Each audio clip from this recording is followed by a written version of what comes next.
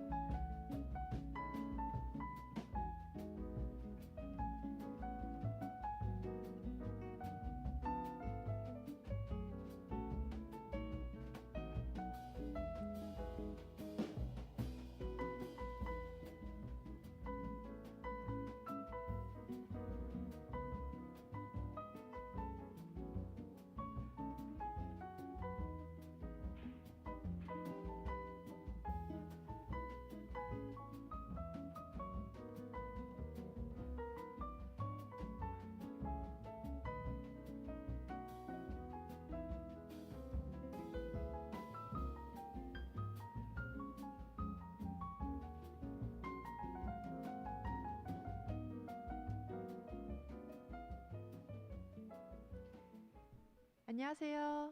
Good morning, everyone. I thought you would understand Korean by now because it's day 2 already. So once again, let's try that. 안녕하세요. Nice to meet you all once again. I'll be serving you, continue from yesterday as the MC. My name is Shin-ji. So did you all have a good night's sleep? Yes, I hope that you're all ready for the day 2. Rise and shine. We're going to have the second session ready for you. Just to remind you, this is a program that has been organized or hosted by UNESCO ICM and sponsored by the Ministry of Culture, Sports and Tourism of Republic of Korea, along with the Korea Sports Promotion Foundation. So today is going to be another fruitful session. So make sure to be here with us until the very end and share your feelings as well. So now, we're going to start our second session, and let me remind you that this is all being broadcasted live through our YouTube channel. So we're welcoming more participants to join us across borders through our website, www.icmforum.org. And of course, the interpretation service, channel 1 is Korean, 2 is English. Having said that, we're going to now dive into the into the session 2 on the topic of reflection on the universal values of the martial arts as living heritage. This is going to be chaired by Professor Mark Dibum, who gave us a keynote speech yesterday. So let's welcome him to the chair with a big round of applause.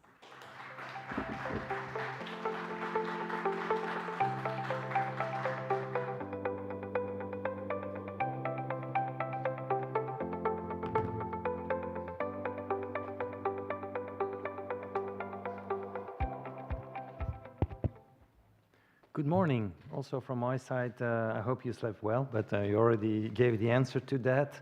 So we need to be sure that you are in full mode for this interactive session. It is, of course, first some information given by the 4 presenters, which I can assure you are will bring very inspiring presentations. But of course, we would very much like to have an interactive session afterwards with the Q&A. So please be prepared for any type of questions that you want to pose to the presenters afterwards. So my job is very simple. I just want to announce at the same time already the presenters, give them the floor. So my time will be very limited to interfere and to make sure that I'm doing the right thing a chair is supposed to do. So the first speaker is Mr. Ur, who comes from the Cambodia Kun Lopkator Federation. He is a Deputy Secretary General. And his title of his presentation is Kun Lopkator, the Ancient Cambodian Martial Arts. The floor is yours, Mr. Ur. Thank you so much, Professor Mark Tibum. And good morning, ladies and gentlemen, and distinguished guests. My name is Dara, and I'm the Deputy Secretary General of Cambodia Kun Lopkator Federation. For all of you may not know where Cambodia is. Cambodia is in the Southeast Asia, and we are in the middle of Thailand and Vietnam. And Kun Lopkator is one of our traditional martial art. And before I introduce you to Kun Lopkator, I will show you some the video that can bring you into the mood of Kun Lopkator and give you some brief information about this martial art. And this video will maintain all the elements of our traditional martial art and culture, and some of the connectivity between another traditional culture and martial art.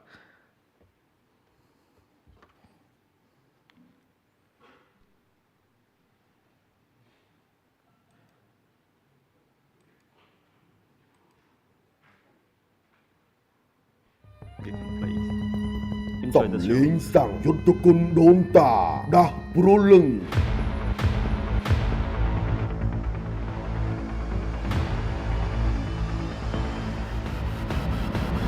សាដ៏អាថ៌កំបាំងមួយ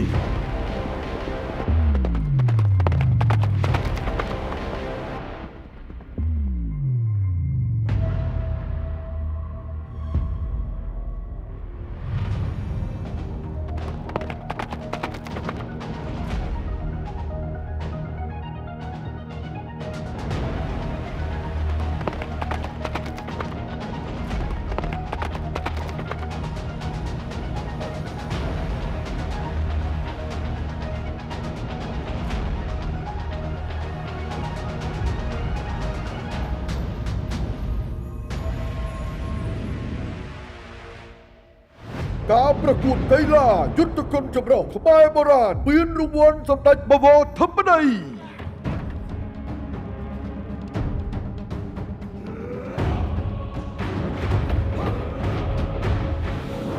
សិល្បៈក្បាច់គុណដ៏សម្បូរបែបរបស់ជនជាតិខ្មែរគ្រប់ទម្រង់ដែលបុព្វបុរសខ្មែរគ្រប់ជំនាន់បានបង្កើត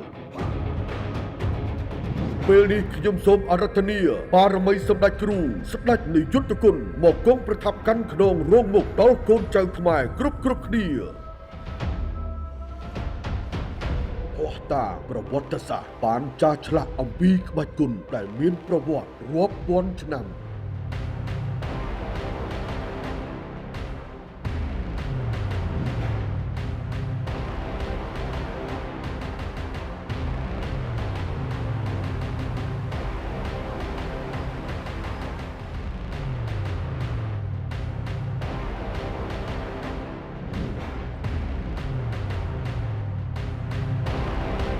អ្នកយុទ្ធគុណមកពីគ្រប់ទិសទីគ្រប់ទម្រង់ក្បាច់គុណខ្មែរបុរាណនឹងជួបប្រកួតគ្នានៅក្នុងមហាព្រឹត្តិការណ៍ការប្រកួតកីឡាយុទ្ធគុណចម្រុះខ្មែរបុរាណមានរង្វាន់សម្ដេចបវរធិបតីនៅវិមាននៃពហុកីឡដ្ឋានជាតិអូឡ িম্প ិកនៅថ្ងៃទី18ដល់ទី Okay, thank you for your attention. So this video just a video that promote the championship, but the main point of this video to promote our traditional martial art for the audience and for our people, that our vision want them to know more detail about the value of the traditional martial art. Thank you. First of all, I would like to introduce you about Kun Lopkator, that if we're talking about the Kun Lopkator, our traditional martial art, we can see the Kun Lebok is the ancient martial art that originated from Cambodia, dating back to over the 1,000 years to the time of the Khmer Empire, known for its combination of striking techniques, joint locks, grappling techniques, and to use the weapon as well. All those techniques are inspired by the animal and natural and the daily life of the human. Over the century, Kun Lebok evolved to serve not just for the tool for warfare, but an important part of the Cambodian identity, with practitioners adhering to strict code of honor and conduct. Kun Lebok is not just a martial art, it is also associated to the traditional religion of the Cambodian in community as well. Cambodians of all generations have used it as a tool to increase the friendship, solidarity between people in the village and the community through the competition and martial art performance during the traditional ceremony. Kun Lebok is the same as the name of the another martial art. We have three words that combine to be like one of the name of the martial art. So it's been have Kun, you have Lebok, and Tao. Kun it means martial art, Lebok it means punching or fighting, and Tao it means lion. So it's a bit weird that in Cambodia or Southeast Asia there is no lion. But this is the philosophy of the superior power. In our culture, even there is no lion in our country, but there's many of statues of the lion in front of the temple, and some people they have the lion statues on the entrance of their house. So that means like the super energy or superpower. So definition, this word refers to combat system that again the superior power.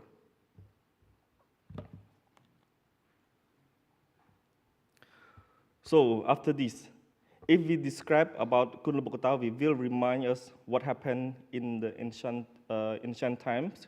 We can see the protective structure and protective system of the Khmer ancestor through the round village.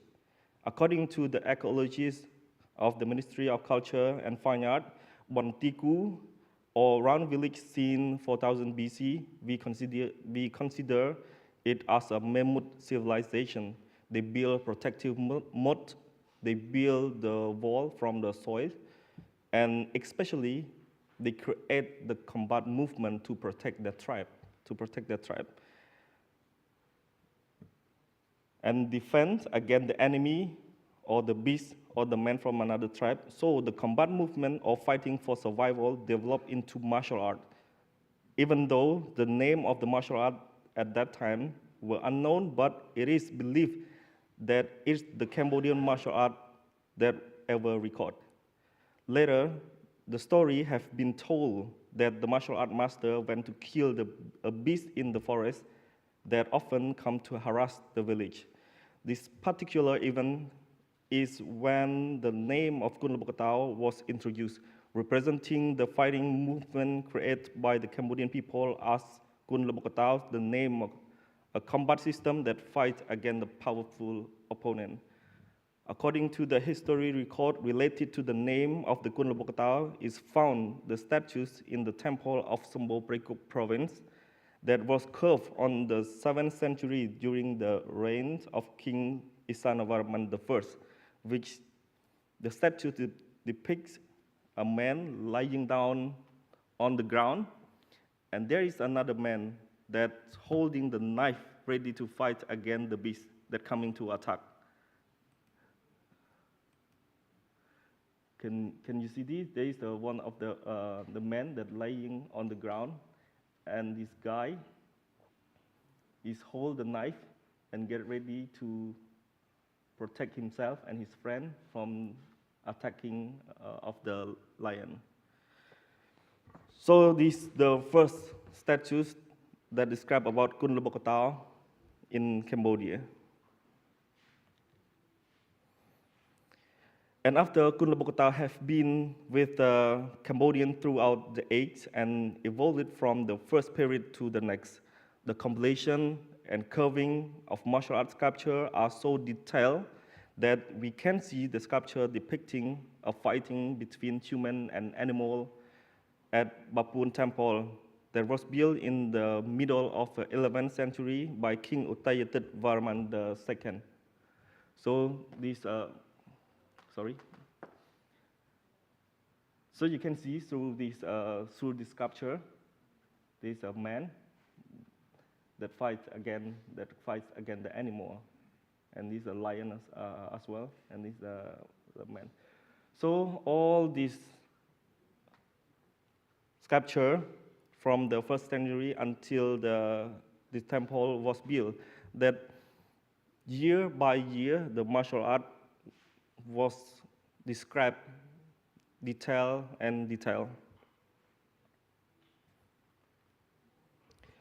For next, many martial arts sculpture that was carved on the wall of Angkor Wat, including military structure of the King Suryavarman II as well. So from the 7th century until the 12th century, so the martial art sculpture was the detail and very correct techniques of the martial art. As you see, this techniques is very famous technique that we always see in the MMA fight, choking from the back. And on the right, the military structure, there's the elephant, and these are the general that stand on the elephant. So next, so all these sculpture that is depicting about the martial art.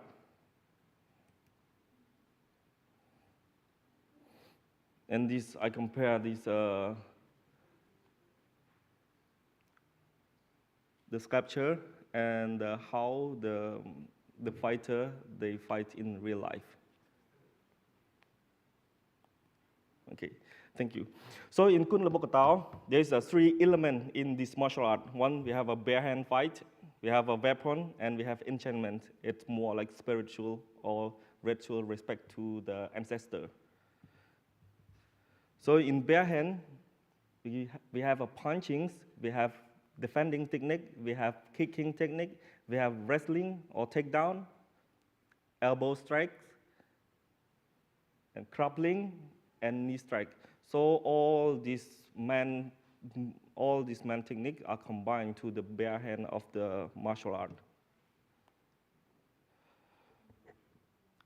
So a part of the physical movement of the martial art, then we have some part of this as well. The tradition of Kun Lubokotao practitioner, we focus about respecting to the ancestor with respect to the master or ancestor before training or competing.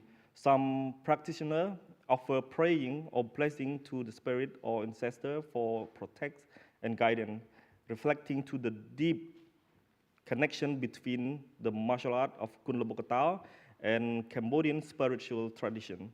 The ceremony honored the martial art master spirit. Occasion we witnesses practitioner bring the weapon to the place on the altar and pray alongside them, and also featured Kun Lubokotao sparring, wrestling, or sword performing. Some participants got possessed by the spirit of the ancestor, and they did martial art dance for praying as well. And one more thing, the uniform, as you see in the picture, the unique uniform of the Kun Lubokotao player. We have the chroma around the waist. So this uniform is one of the significant part of the practitioner of Kun Lubokotao who wear the traditional uniform,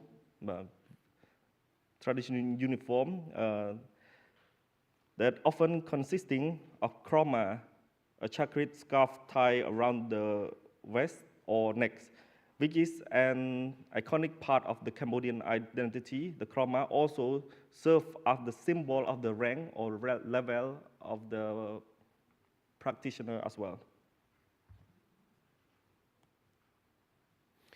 So in Kun Lebokotao, there is 4 elements that connected together between traditional dance, martial art, traditional music, and religion. And religion in this time, I mean it's not Buddha or Hindu, that the religion that all the practitioners, they believe to their ancestor. So the traditional dance that have a basic dance movement that is the basics or the foundation techniques of the martial art position and movement. You can move forward, you can move backward, the same as you have do the traditional dancings. And traditional music, why it connected to this martial art? Every time when we perform or fighting, we play we have a traditional orchestra that have the drum or other instrument, traditional instrument. So that brings us the motivation when you see the sound of the drum beat. So all the fighter, all the performer, they have a motivation from this vibration. And the religion, they make them feel confident during the fight. So that give us the confidence when we fight. It feel like our master stand behind us. We will have no fear. That's the meaning of this. So this, we can start from the history of Boktao from the first period until the present. So Kun Boktao roots are believed to be traced back to the 1st century, though it flourished most during the Angkorian period from 9th to 15th century.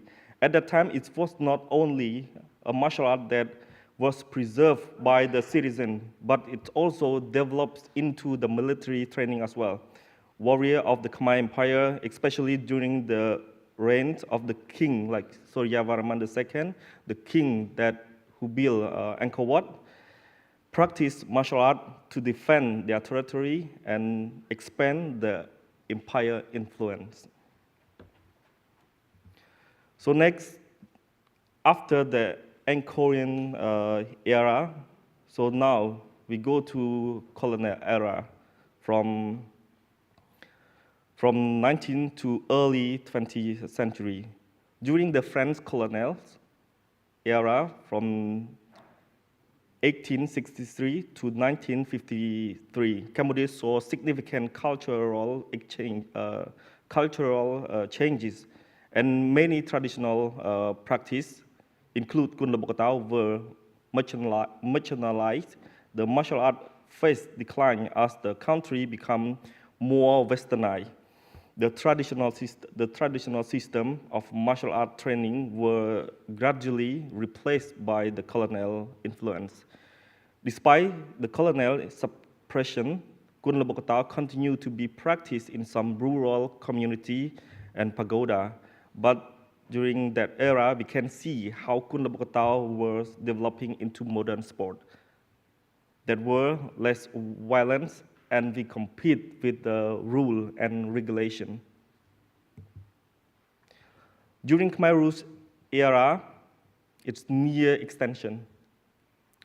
So the Khmer Rouge regime, like from 1975 to 1979, brought about one of the darkest periods in Cambodian history.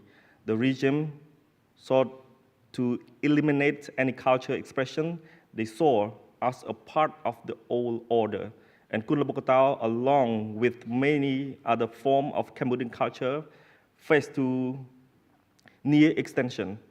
Many martial art masters were killed and the training was banned. And the direct transmission of knowledge were heavily interrupted. This led to a dramatic decline in the number of the skilled practitioners. causing martial art to almost disappear entirely despite the systematic erasure of their cultural practice.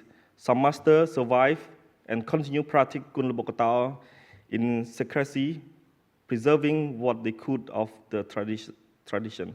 So during that time, the Khmer Rouge not allow the Cambodian people training because they focus on developing country by the working every day. And one more thing, they worry about all the martial artists come to stand and against them. So that's why all the cultural activity not allowed. So Kun Lebo Katao in the prison. Kun Lebo Katao, after surviving century of conflict, suppression, and near extension, has experienced a remarkable resurgence in the 21st century. The revitalization reflects Cambodia's effort to preserve and promote its cultural heritage. While the martial art has made significant progress, Kun Lebo Katao was inscribed on UNESCO Intangible Cultural Heritage List, a milestone that have raised global awareness and increased effort to safeguard the Kun Lebo Katao even more. And there have been a push to integrate Kun Lebo Katao into public school, promoting it as a cultural education tool in all cultural activity in the field of education. Students often demonstrate Kun Lebo Katao to show the participation, the young people to preserve the cultural heritage. And recent year, Kun Lebo Katao Federation has been working with the Ministry of Education, Youth and Sport for incorporating Kun Lebo Katao lesson into the student sport hour weekly throughout the country. It is also practiced in the community center and private school, helping to ensure the Kun Lebo Katao is transmitted to the future generation. So, and after we have a bad experience with the Khmer Rouge, then all the traditional martial art was almost extinction. And until now, we can have developing in the last 5 years about this traditional martial art, and we can change the perspective of the citizen. Before, nobody cared about this traditional martial art because they thought the people that train martial art that can go to join not the army for the prison. I mean the army during the conflict, during the war, so they got killed. So the family don't want their kid got killed by this. So that's why this happened to our society. But after the Kun Lebo Katao get recognized by UNESCO, or the perspective of the parent, the perspective of the society, it was changed. The negative part, the negative perspective was corrected. So after UNESCO was inscribed on the intangible heritage of the humanity list, the movement to support Kun Lebo Katao get more attention from the society, especially the youth, and the participation of the royal government as well. So opportunity for the knowledge transfer and the knowledge acquisition by the young generation are become more widespread through the preserving community tradition and development program authority and sport federation as well. Cultural identity prize for Cambodian Kun Lebo Katao is a symbol of their national heritage, representing ancient tradition and resilience of our culture. Its inscription by UNESCO enhanced national pride and reinforced the importance of maintaining our unique culture identity.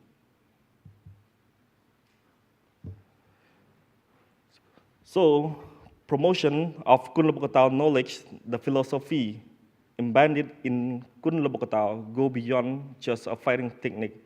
These martial arts include the friendship, unity, the philosophy, education, discipline to the practitioner, morality, leadership, creativity, physical health, mental health, beyond that.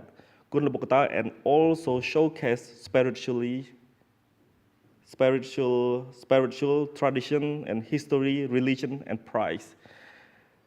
There are rituals in Kun Bogota that form faith that establish a strong bond between the ancestral soul and the practitioner inner strength.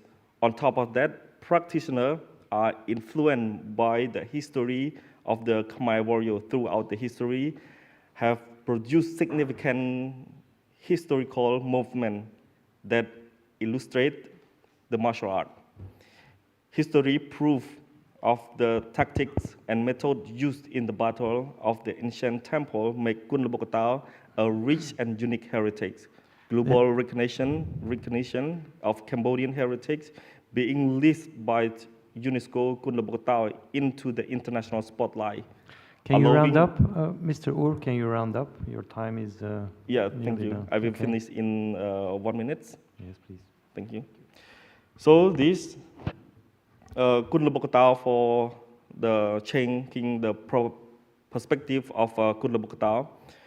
Kun Bogota have lived in the Cambodian of for all the generation. The history left us the memory of the martial art. There were realized the loss and the biggest loss for us, as I explained to you for the beginning. So that now for the Cambodian people, they change a perspective, and we hope in the future there's more people to join this martial art. So for the conclusion, the cultural endurance and the art of significance as part of the national identity, it will continue effort to preserving training and global recognition. Kun Bogota will likely remain an enduring aspect of both Cambodian heritage and the world martial art landscape. So on the other hand, in Kun Bogota, we have two separate categories, and then all these two categories is one of the sport and tradition. So now we are balancing all these two, traditional and sport. The tradition we keep preserving, and for the sport sector, we are developing to adapt to the demand of the modern world. Yeah, thank you so much for your attention. Thank you.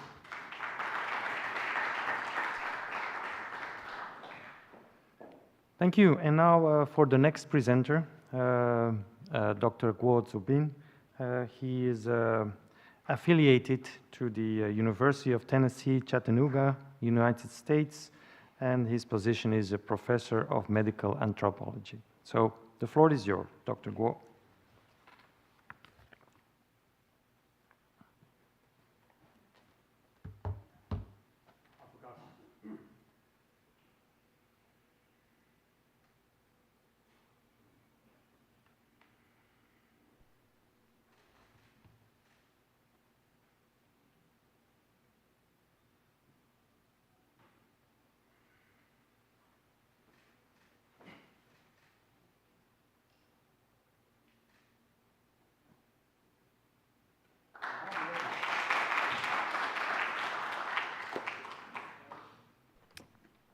Thank you so much, ICM, to invite me here, and it's a great honor to join all the great presenters, colleagues, to celebrate the legacy of martial arts.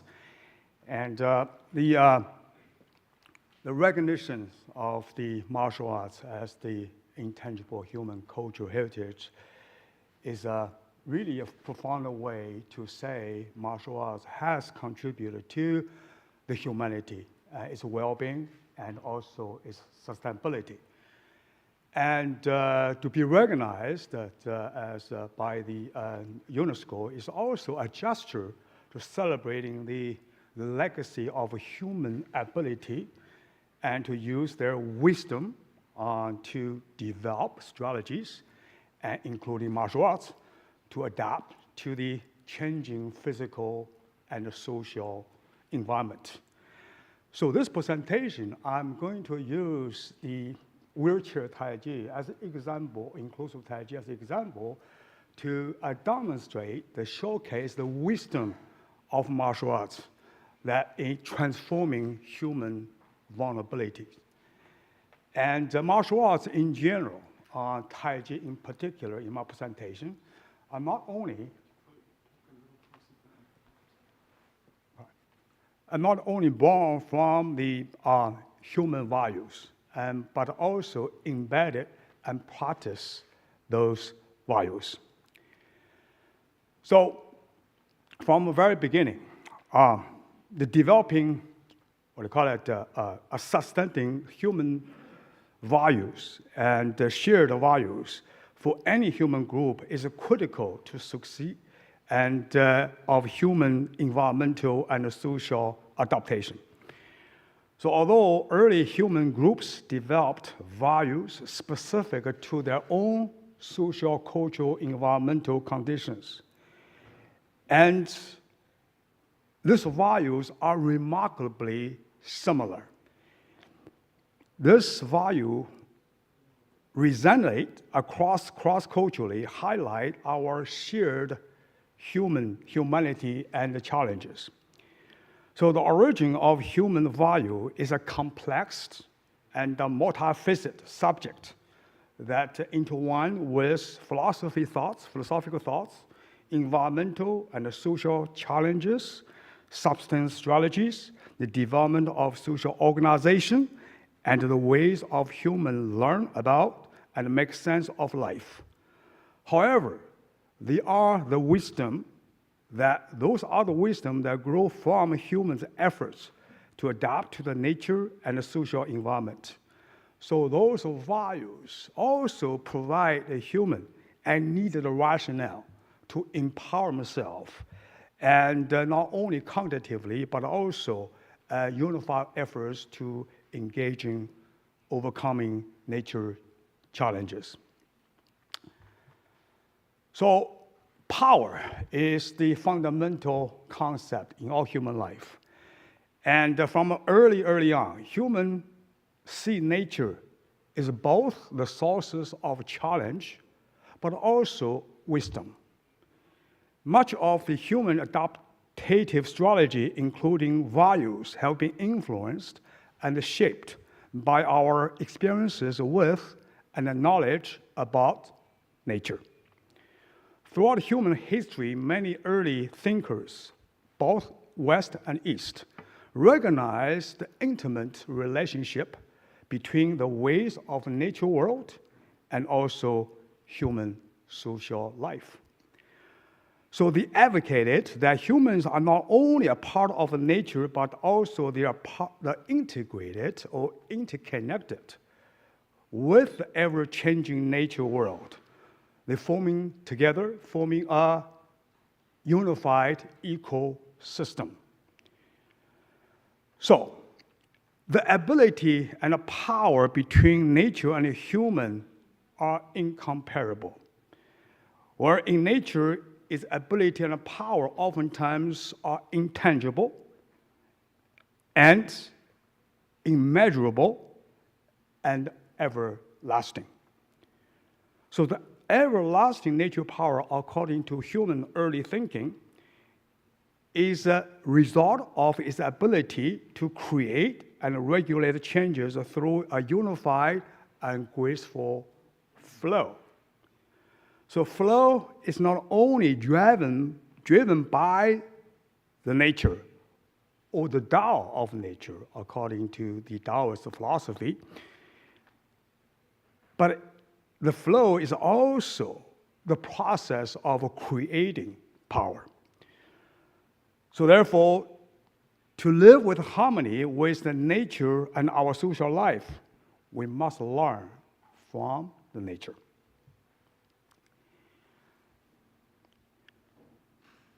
So from the beginning, human pioneers faced enormous and wide range of challenges and as they adapt to the natural environment. Compared with nature and even with the full-legged predators, right?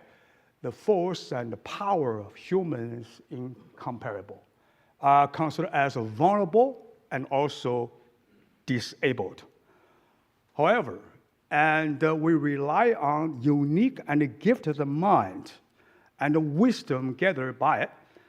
Our pioneer transformed the vulnerability of human body into a force that not only has empowered humanity to overcome formidable nature and social challenges, but also has transformed these challenges into their ability to successfully coexist with the constantly changing environment.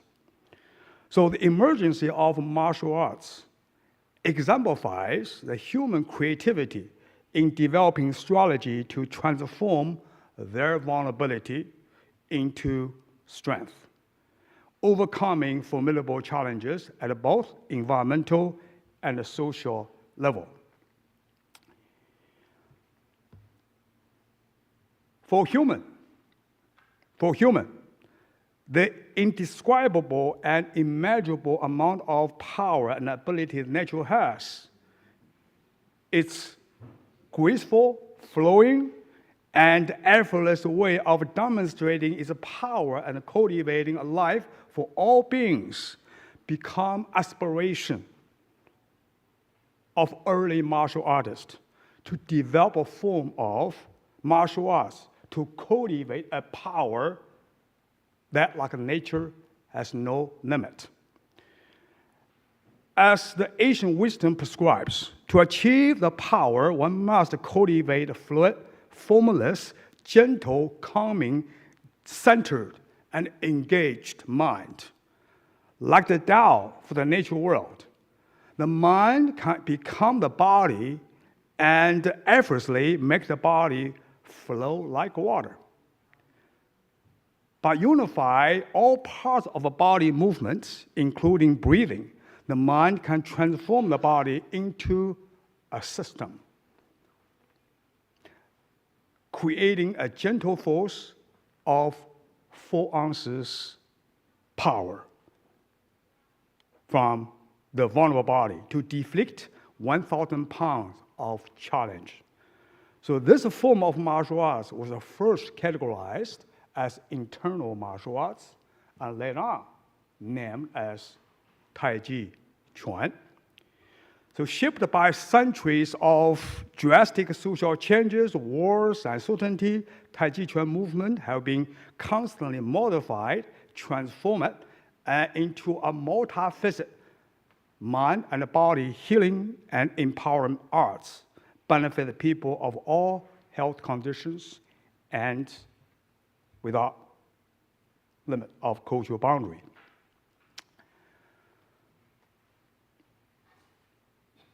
In the modern time, rapidly social change and technological development have dichotomous effect on our body, our life.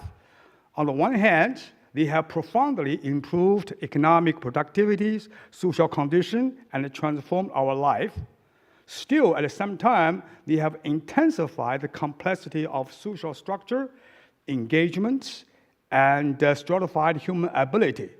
The prevalence of worldwide conflict, economic instability, increasing social and gender stratifications, urban violence, fast-paced and multitasking-oriented working environment, ageism, ableism, genderism presents ever daunting challenge requiring individuals to navigate a rapid changing landscape while striving to maintain their physical, emotional, mental fluidity and well-being.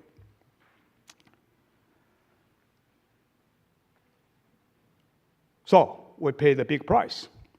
And according to the data provided by the World Health Organization, mental disorders have risen from the 9th to the 6th leading cause of death loss worldwide since 1990. And worldwide, mental health disorder affects 1 in every 4 people. Depression is the leading cause of disability, and suicide is the 2nd leading cause of death among people between 15 and 29. years old. So mental suffering has no social economic boundaries.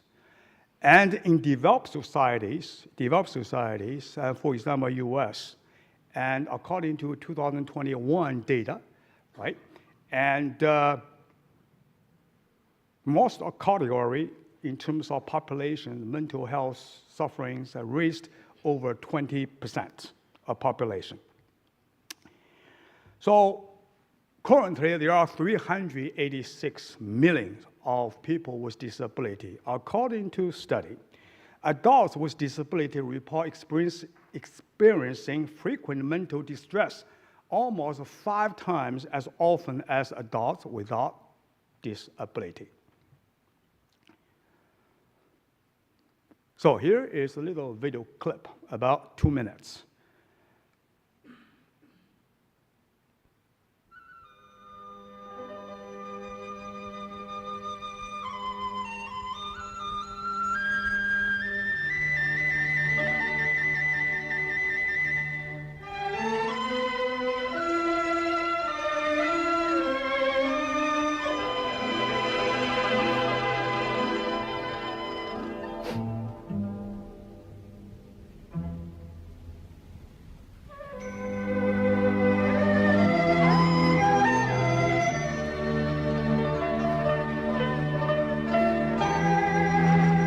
Greetings, I'm Dr. Zibing Guo.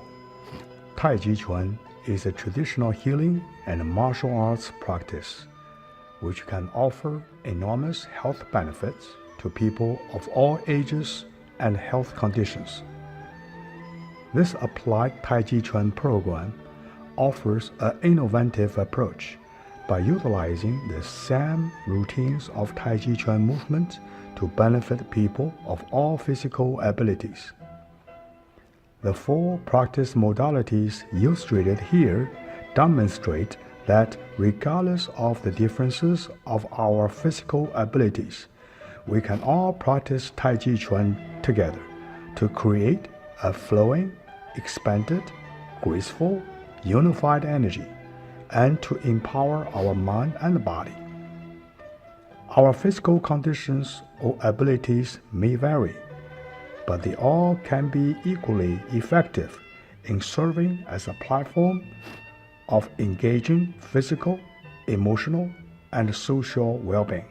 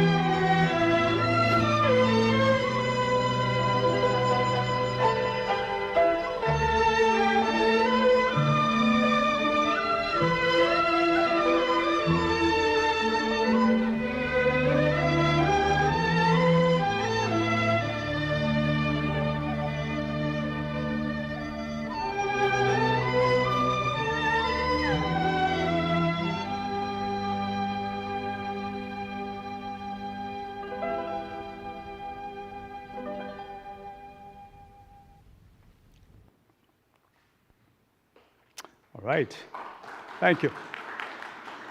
So this program offers 4 different practice modalities, and therefore a group of people can practice exactly some form and together, and walking, and sitting, and standing, and wheelchair. But focus of those postures and positions is not really about being sitting there or standing there. It's really to demonstrate, to emphasize, regardless of your position, body condition, each of them is equally powerful engagement. The program also focuses on the ability. And all body conditions are by of engagement and cultivate sense of ability through illustrating the martial arts applications. And also, by integrate the wheelchair movement as a part of Tai Chi movement to transform the wheelchair from a disability symbol to a tool for creating beauty and power, and making all parts of body a flowing system rather than focus on specific part of body functionalities. And this program also emphasized the use of narratives.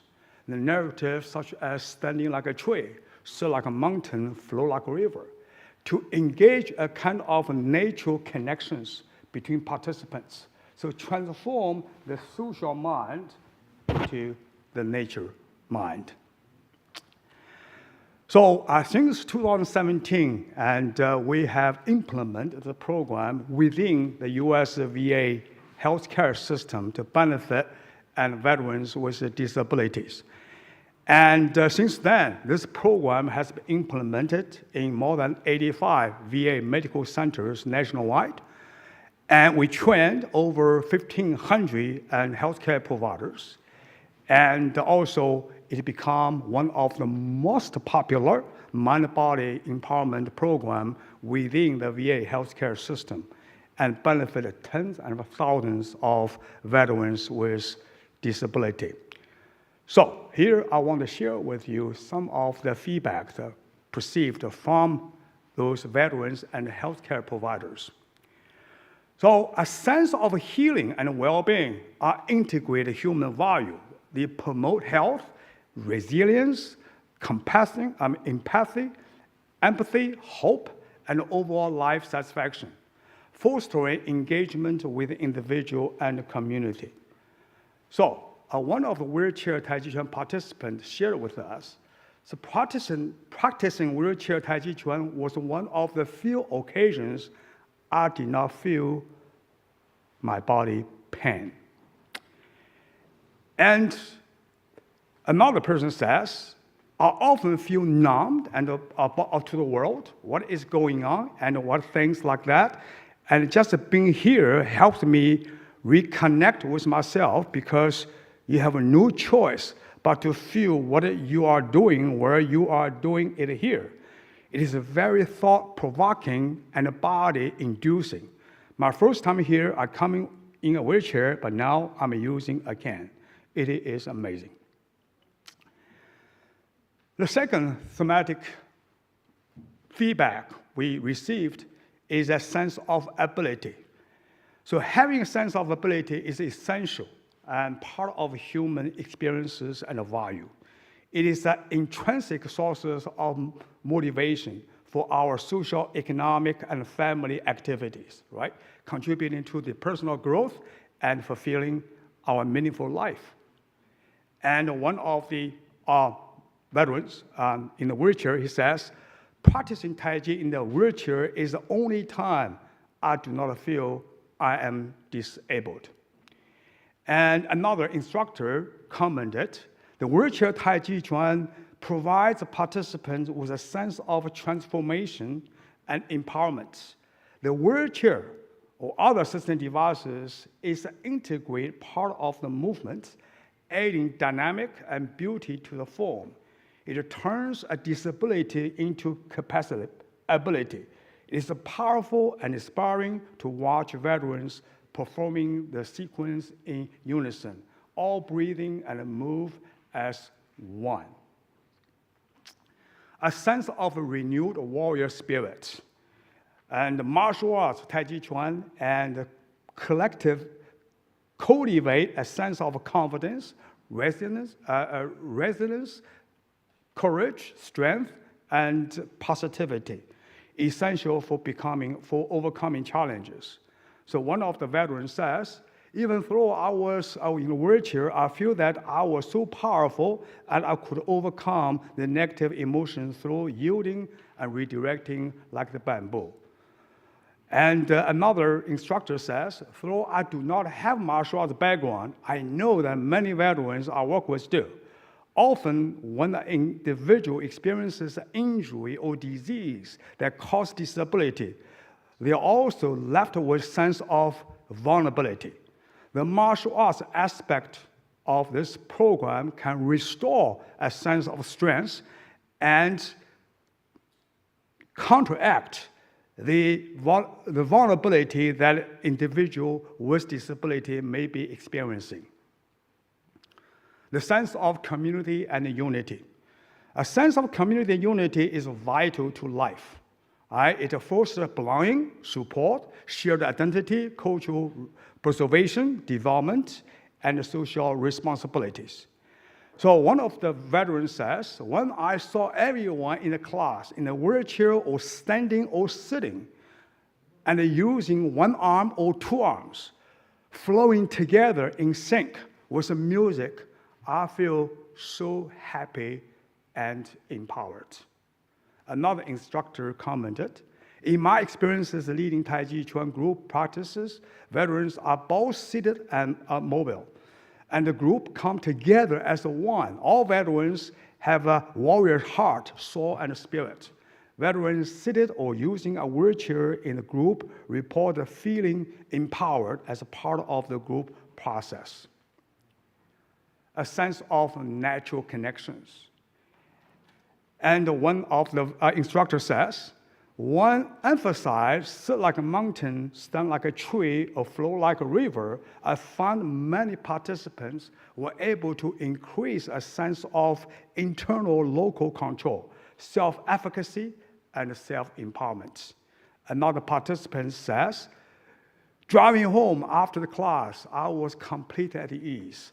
I was not bothered or annoyed by the traffic or erratic drivers. I could yield and redirect my thoughts. And instead of focusing on the traffic, I focus on the trees. I almost out of time, so I will moving quickly. And this is a study we done, and we demonstrated a wheelchair to a group of healthcare providers.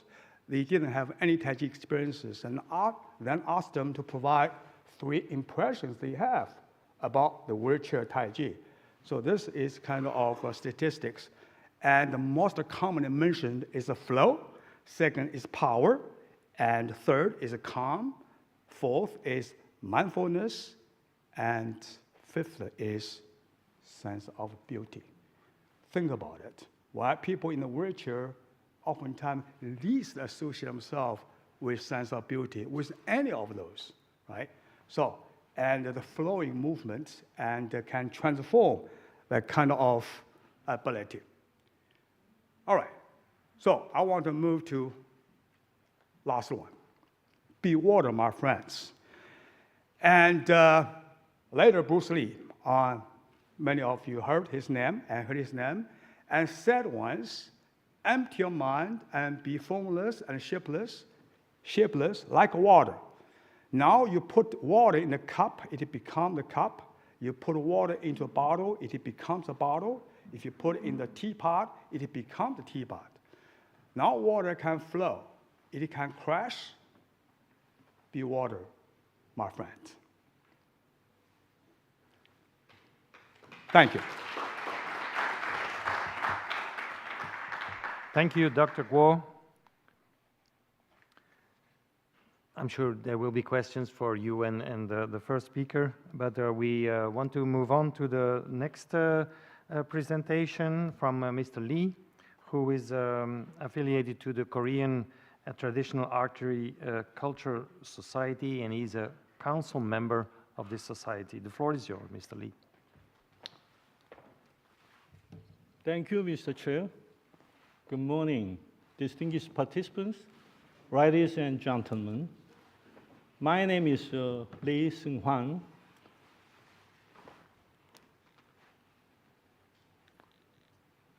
I'm an archer. I practice Korean traditional archery at an archery field named Seokho-jong. This is Seokho-jong.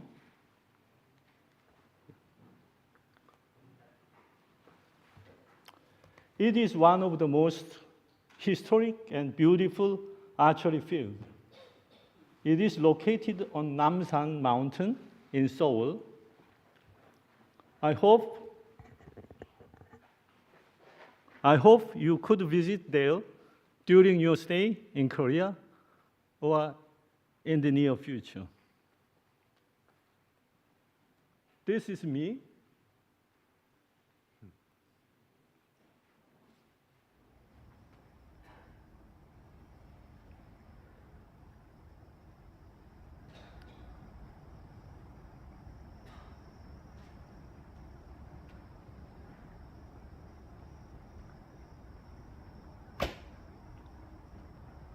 That is my shooting motion.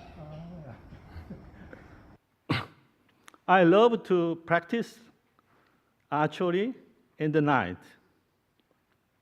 Night archery is very effective because you cannot see your arrow flying, so you can focus more on your body and mind.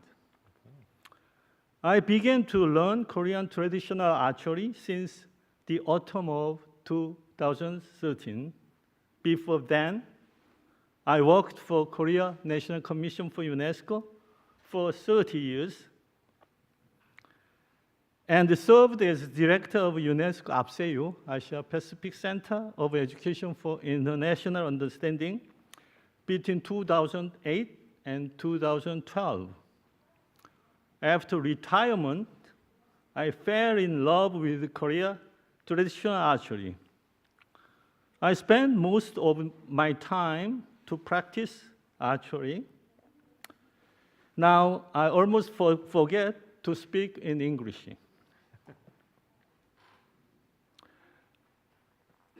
And I became deeply interested in the history and culture of archery of Korea and other countries as well. I came to know that archery culture can be also very useful subject for education for international understanding, one of the UNESCO's most important missions. This morning, I am very pleased to have the opportunity to present my ideas on archery culture to our esteemed participants. The main theme of my presentation is vitality of archery culture. After the introduction of firearms in the 16th and 17th centuries, the importance of archery as a weaponry declined rapidly around the world. However, cultural vitality inherent in archery did not vanish. Despite various historical, social, and cultural challenges, the vitality of archery remains strong in many parts of the world. Various archery traditions have persisted, evolved, or even revived after a long period of discontinuity. This enduring vitality highlights the value of archery as a living cultural heritage of all humanity. In my paper, I touched some cases of several countries that demonstrate the vitality of archery culture. This morning, due to the time constraint,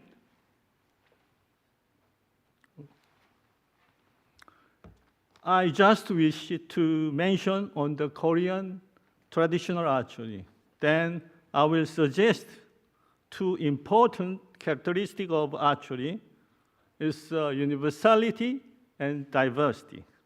Finally, I will share the significance of the designation of Korean traditional archery as a national intangible cultural heritage and discuss our tasks and challenges in this regard, particularly in relation to UNESCO listing of intangible cultural heritage. From now on, I wish to introduce Korean traditional archery very briefly. The history of archery among Korean people is very long and rich.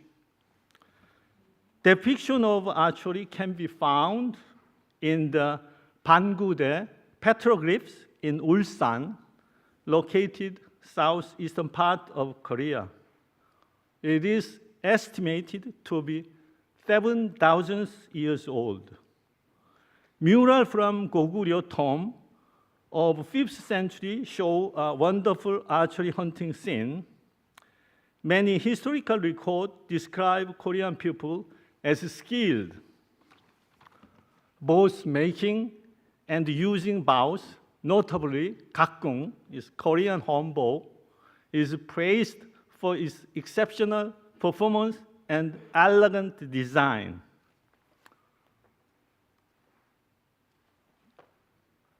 Here is Banggudae, and you can find the bow hunters. Yes, they are hunting with bow. And it's the Goguryeo mural of Goguryeo. You can find the bow hunter on the horse. It's a very famous mural in Korea. And it is a Korean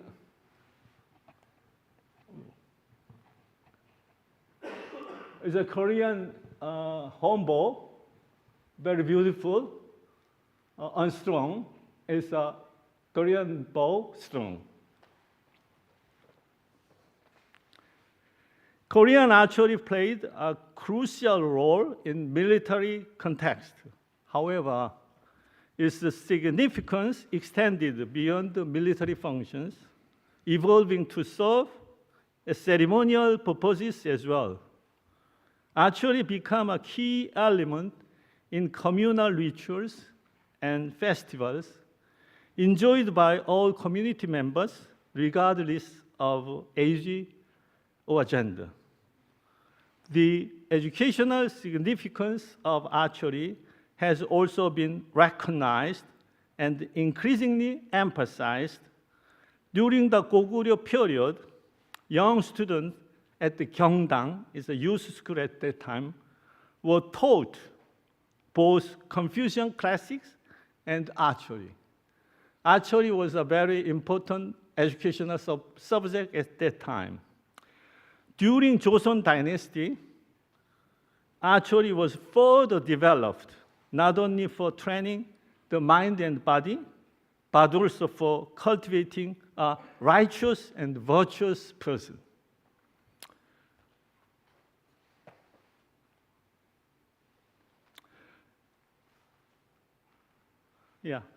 By the latter part of Joseon Dynasty, civil archery field known as Hwalto began to emerge. These unique space allowed people to practice archery for various purposes, including leisure, sports, education, and social activities. This diversity of function is significant.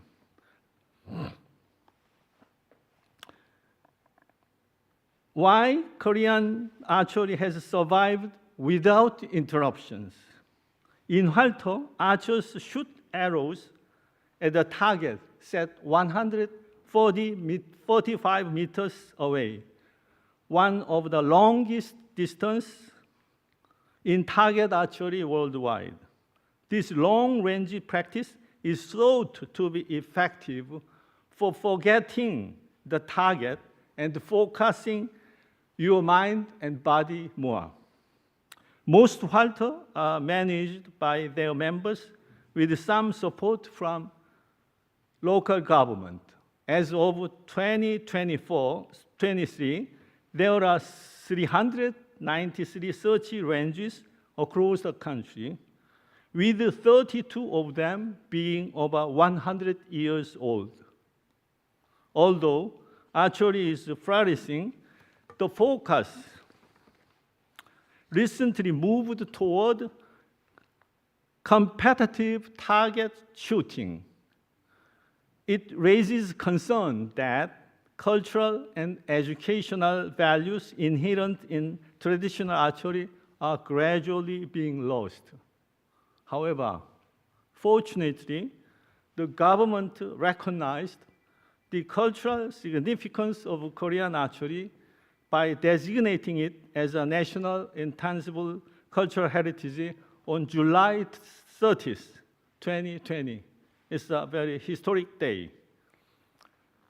This was an important step toward preserving and advancing the cultural value of Korean archery.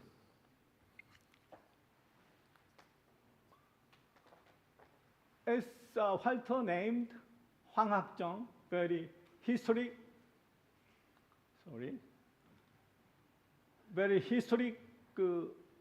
fighter. It was founded in 1899 with the support of our King Gojong at the end of 19th century. And this is a fighter called Tanggeum-jung. Some archers from Tanggeum-jung yesterday went here and their demonstrations. It's very beautiful. It's located very near from here. You can go there by foot within half hour, by car within 5 minutes. I recommend you to visit there if you have a chance here. From now on, I talk about the sources of vitality of archery. As I mentioned in my paper, popularity on modern archery, including Olympic archery, is increasing day by day. Alongside this trend, traditional archery is also experiencing a resurgence. Its various values are being re-examined and re-evaluated. Where does the vitality of archery culture come from? Even after a long period of neglect, I believe the sources of this vitality lies in the immense universality and diversity of archery itself. Let me begin with the universality of archery. The principles of archery are very simple and easy. You attach a string to a long stick and push the stick with one hand and pull the string with the other and release the arrow. That's all. This simplicity makes archery accessible to everyone and everywhere. The bow serves not only as an effective weapon, but also as recreational tools and toys that people of all ages and genders can enjoy it. In many myths and old stories, we see baby, children, adults, and elderly engaging in archery. This inclusivity set archery apart from other weapons like sword and spears. In fact, archery was the first sport to include a woman event at the St. Louis Olympic in US in 1904. And in the 19th century, many women's colleges in US actively promoted archery as part of their education. In many halters in Korea, you can see women, children, and older individuals all participating in archery. Archery was also featured in the first Paralympic Games held in Rome in 1960, playing a pioneering role in the development of the Paralympic movement. Archery had already proven effective in the rehabilitation of injured soldiers after World War II. In Paralympics, individuals with various disabilities, including spinal injuries, visual impairment, and cerebral palsy, can participate in archery, and more recently, archery has been used not only for physical rehabilitation, but also for enhancing psychological well-being, such as boosting confidence and improving concentration. I also think that archery can be very effective in treating ADHD and melancholia.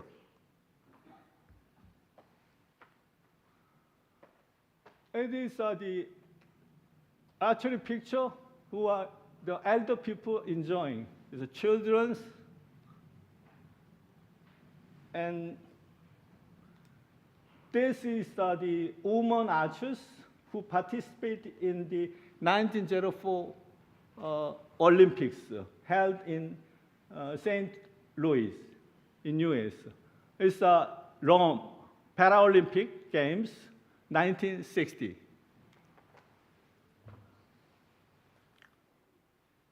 Okay. Next, another key characteristic of archery is diversity. Archery has evolved very highly way, adapting to the environment and the needs of different regions. And this diversification continues today. The uses of archery have expanded considerably. Although its military role has disappeared, archery has grown into important international sports and is becoming increasingly popular in hunting and leisure activities. It also plays a central role in community festivals and is valued for its educational benefit. Its application even extends to health improvement and therapy. There is great diversity, not only in bows and arrows, but also in archery purposes and techniques, styles, shooting method, shooting distance, location, and target. There are a few reasons without myth or legend related to archery, and there is a significant variation in archery festivals, games, equipment, attires, rules, procedures, and the etiquette. This diversity is a source of archery's vitality and is believed to be driving force for the creative development of archery culture in the future.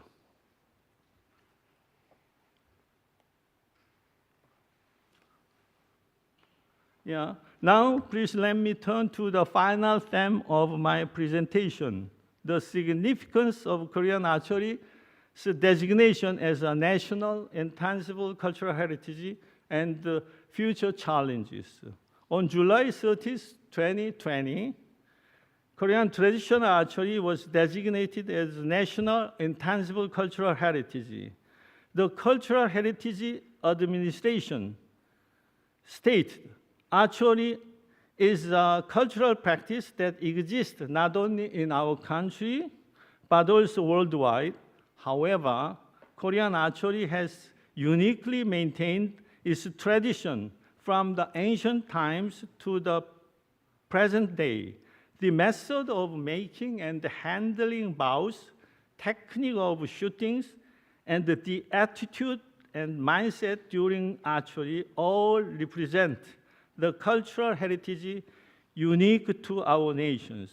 The administration also expressed its intention to actively support traditional archery Korea, stating, "We plan to promote academic research and programs to revitalize archery as a cultural heritage, allowing public to share its value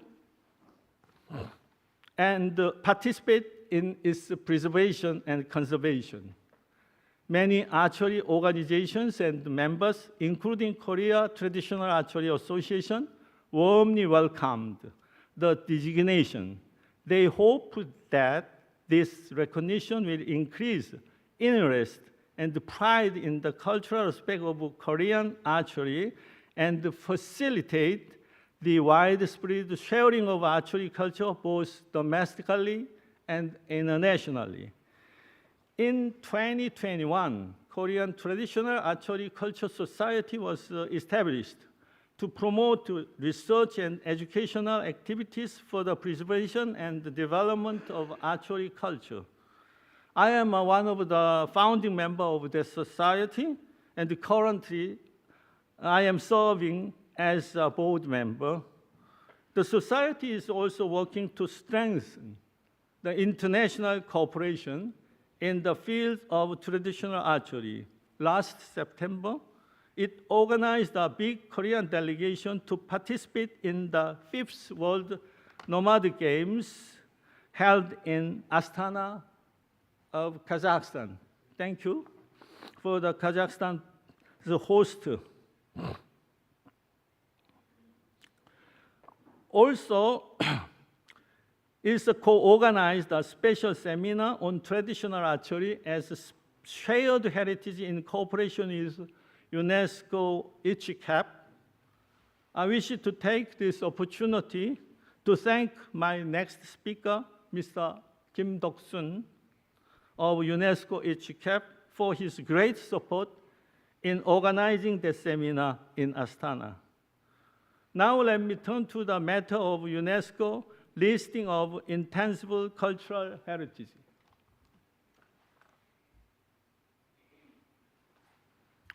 UNESCO listing is of great significance as it could substantially boost both domestic and international recognition of Korean archery culture, as well as increase governmental support.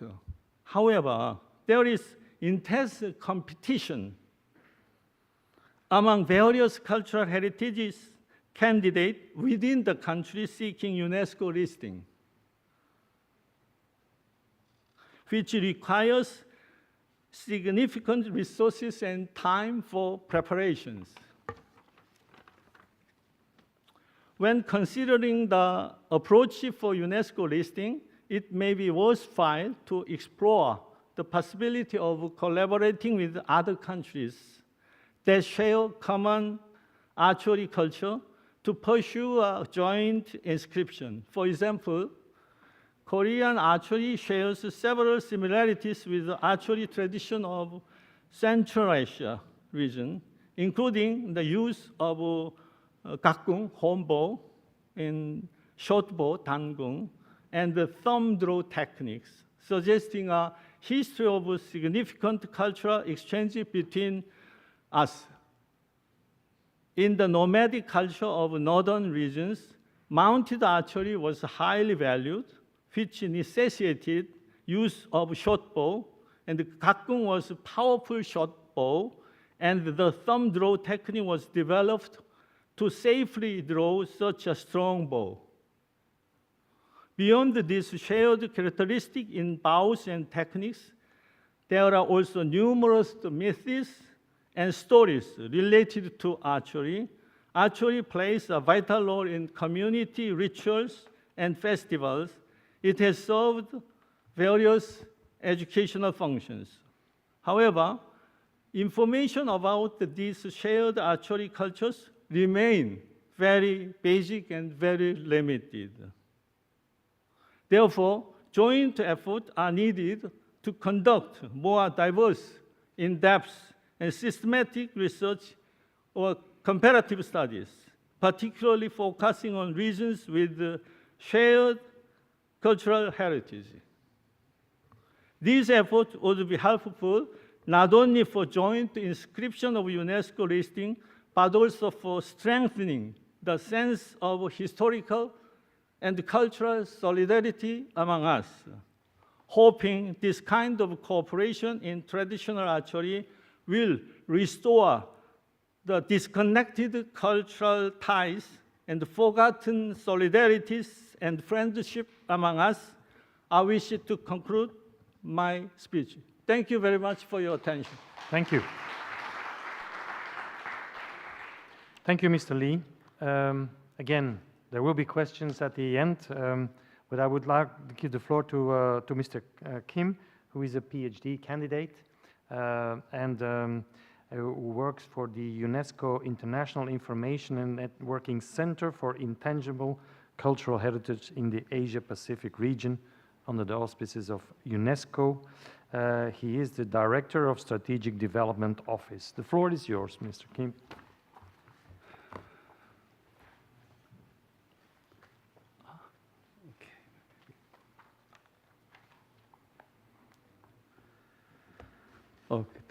Thank you, Mr. Chair. Good morning, dear all my participants and guests. I'm Dr. Kim, the Director of the Strategic Office of the UNESCO GMAF, which is UNESCO Category 2 Center in the field of culture.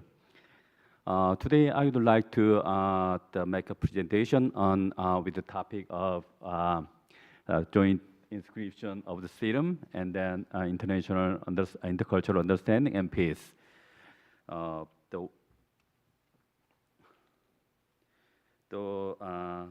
While peace can be achieved through, one of our main philosophy of value of the UNESCO is peace. So we are under the family of the UNESCO. So also we pursue the philosophy of the peace through the intangible cultural heritage in our organization too. So while peace can be achieved through the various means such as military power, also economic wealth or cultural influence. But today, my presentation will highlight how joint inscription of a serum as a shared cultural heritage on the UNESCO representative list of intangible cultural heritage of humanity contribute to the peace through the dialogue and the mutual understanding among the countries.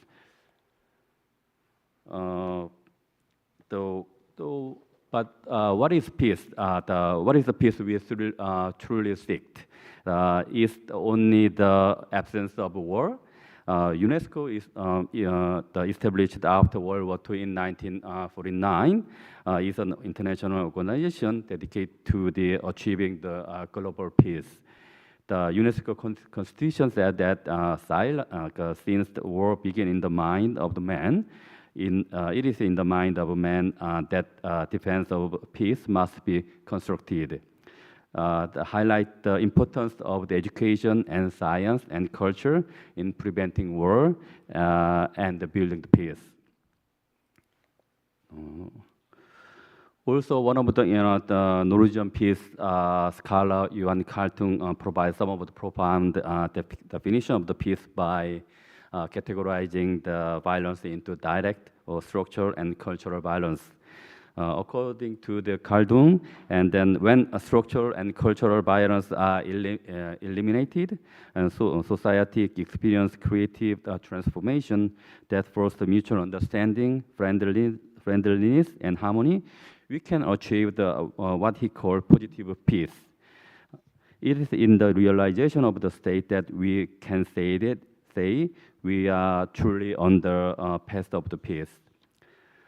On the other hand, the one of the Korean the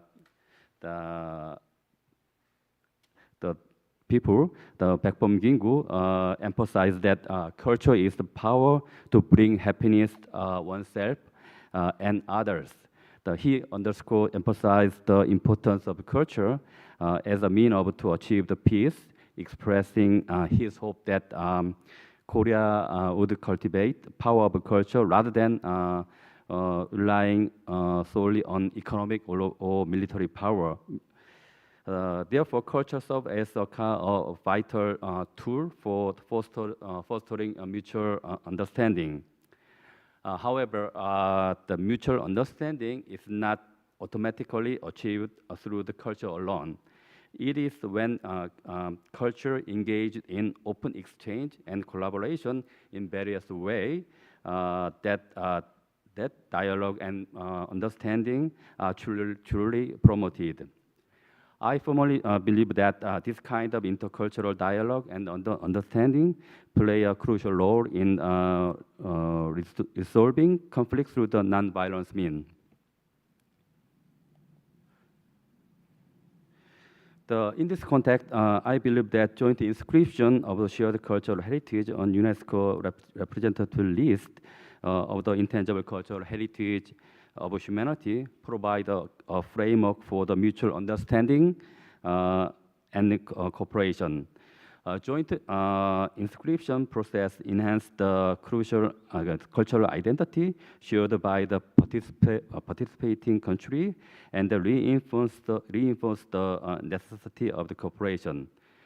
Therefore, more further, through the joint inscription process, a higher level of the collaboration is established between the involved country, fostering ongoing cultural exchange and dialogue. This kind of cooperation plays a significant role in building a peaceful relationship based on the mutual trust. Central Asia is a leading region in fostering cooperation through the joint inscription of shared cultural heritage on the international stage. In fact, 57% of the UNESCO representative list of the intangible cultural heritage of humanity from Central Asia is inscribed jointly, which is significantly higher compared to the other region, 13% global, 8% in Northeast Asia, and 14% of Southeast Asia. Moreover, Central Asian countries do not stop at only listing their cultural heritage jointly with the UNESCO. They actively strengthen practical exchange and cooperation through traditional cultural festivals such as World Nomadic Game. These efforts serve to expand the mutual cultural understanding. For example, at the 5th World Nomadic Game held in Astana, Kazakhstan, in early of September in this year, over the 3,000 participants from 9 countries gathered to enjoy the various nomadic traditions, including traditional wrestling, and then traditional archery and strategic games and folk activity. Such an event play an important role in fostering a mutual understanding and cooperation through the shared cultural heritage. So now I'm talking about the Korean wrestling serum, which is the jointly listed in UNESCO. Meanwhile, the serum traditional Korean wrestling was inscribed on the UNESCO representative list as a joint listing by North and South Korea during the 13th Intergovernmental Committee meetings in November 2018. This inscription was unanimously approved by 24 Intergovernmental Committee member states. Serum was today's traditional Korean martial art and game and sport, which 2 participants engaged in the wrestling match, grabbing each other in a waistband or the trousers, and using strength and skill to toppling the opponent. This practice has a long symbolized the community culture of the Korean people, expressed in communication and social solidarity and cultural diversity. However, the joint inscription of the serum by North and South Korea do not follow the typical multinational nomination procedures.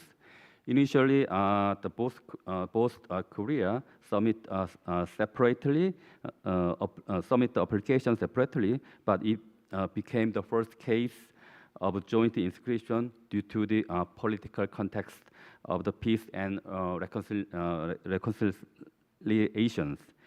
The decision at the 13th Intergovernmental Committee recognized that exceptional nature of this joint listing. especially UNESCO Director General, Adure Ojulai state that this joint inscription mark a highly symbolic first step toward reconciliation between the two Korea, reminding us the power of the cultural heritage as a bridge for the peace building between both Koreas. This will be a long way to come to the joint listing between North and South Korea on the serum. This is a kind of the process we have done, but I briefly introduce the process. The joint inscription process for serum began with the voluntarily willingness of both North and South country. But due to the political motive, it became an example of the joint inscription achieved through the exceptional procedure. The procedure unfolded as follows. Discussion with the joint inscription of the serum began at the Northeast Asia Sub-Regional Cooperation meeting held in Mongolia, organized by the UNESCO ICCAP and then UNESCO National Commission for UNESCO National Commission in Mongolia in 2014. During the meeting, the Ro Chol-soo, the Deputy Director of North Korea's National Heritage Protection Administration, explained the North Korea has planned UNESCO listing and first raised the possibility of a joint inscription of the serum between North and South Korea. So our team had prepared for this meeting over the 2 years, and there was many complications surrounding the participation of the North Korea delegation. In fact, this is one of our most rewarding the meeting I attended in my decade of work with UNESCO. However, despite after that, we have many of the working level talk between North and South Korea, but there is no substantial progress. So then, in March 2015, North Korea submit independence application for serum to UNESCO.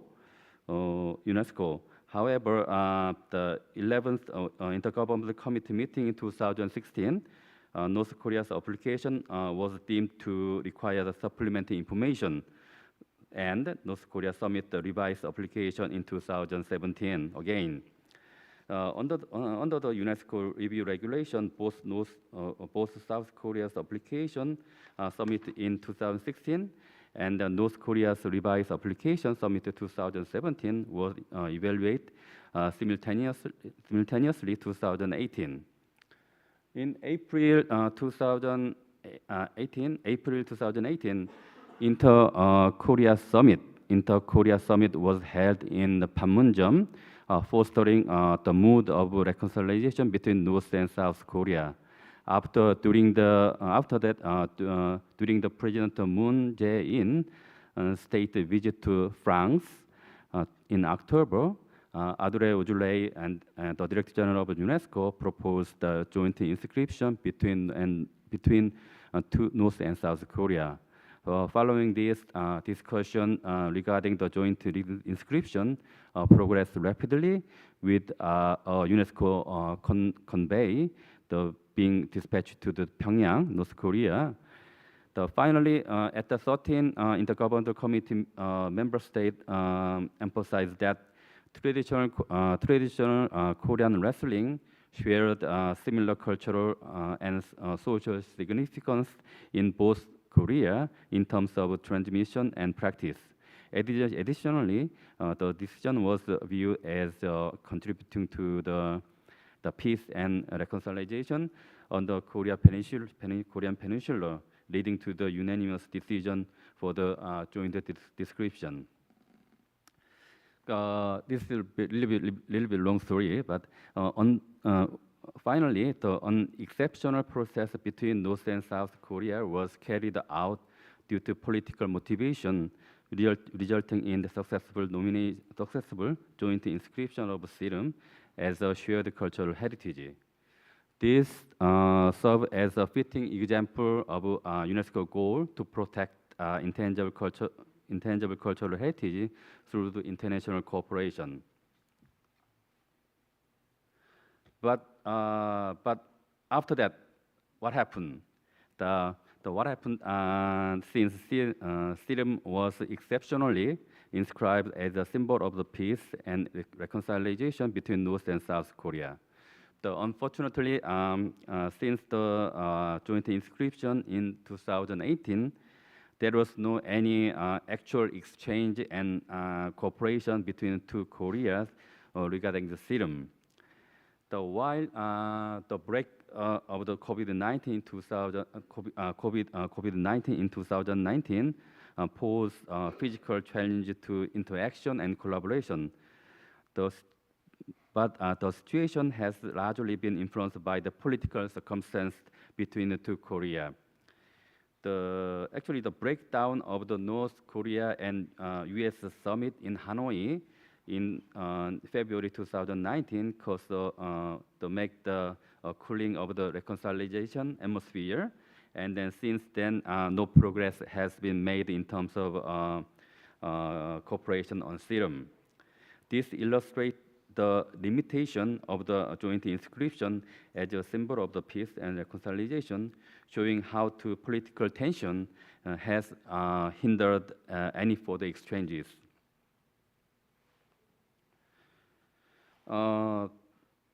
And what do we have to do? So, should Sirum exchange and cooperation be left only to the political situation between the North and South Korea, or should we find some other way to advance the exchange, given that the Sirum was inscribed as a symbol of reconciliation and peace beyond the political boundary? So of course, with the alternative approach that align with the original intention of the joint inscription must be explored. I would like to propose three small but feasible way we can do it. The first way is to expand the number of the countries involved in the joint inscription of Sirum by North and South Korea. This means adding other countries with the form of wrestling that, although difference in style, that they share a similar function and role to that of the Sirum. If Sirum was initially the matter of the inter-Korean exchange, this would broaden the framework to include multilateral cooperation. By transforming the issue from the bilateral to the multilateral and international one, it could help to reduce the extent to which Sirum exchange can be influenced by the political situation between the two Koreas. The second one is that to actively participate in the international cultural festival that includes Sirum. Although Sirum differ in name and style, many countries in region like Mongolia, Central Asia, Eurasia enjoy the similar wrestling traditions. This creates the possibility of the broader Sirum exchange with other regions and nations, showing each country's the unique wrestling style and gathering them in one place would offer the fascinating opportunity to experience humanity's long-standing physical culture. For example, North and South Korea could actively participate in the event like the World Nomad Game, the recently held in Kazakhstan. By collaborating with the organization committee of such a festival, the North and South Korea could the organizing committee could invite both Korea simultaneously and creating opportunity for practical exchange. The other way is to promote exchange and cooperation activity with the international cultural organization such as UNESCO. In particular, through the active collaboration with the UNESCO Beijing office, which oversees 5 Northeast Asia countries, indirect initiatives such as research on the serum and exhibition in the third country could be explored. I think this is my the final conclusion that serum is a kind of festival of the body where individuals collide with their bare bodies, understand their opponent, and release their strength. Through the multilateral international exchange and cooperation activity related to serum, I believe that we should create opportunity and space where North and South Korea can interact and work together, thereby expanding mutual understanding. Furthermore, not only should there be exchange and cooperation between the two Korea, but through the international cooperation involving similar form of the wrestling, we can move close to the positive peace we seek, which is a non-violent solution of the problem based on the mutual understanding. I think this is all my presentation today. So I don't know, I'm really quick to say. Also, there is not much picture on my presentation, but sorry. But actually, I would like to mention that the serum is very symbolic traditional sport for Korean. But so we did many kind of activity working together, North and South Korea. But it's very hard for us because I mean, as you know, the political situation between North and South Korea is quite different. It's very hard to work together. So nowadays, I mean, I suggest that I emphasize that the serum is a kind of shared cultural heritage, not only for the both Korean, also other the countries. We can work together, and then we can work together. So that is another way we can make more the mutual understanding each other, even though facilitating the relations between North and South Korea on serum. I think that is my the presentation today. Thank you.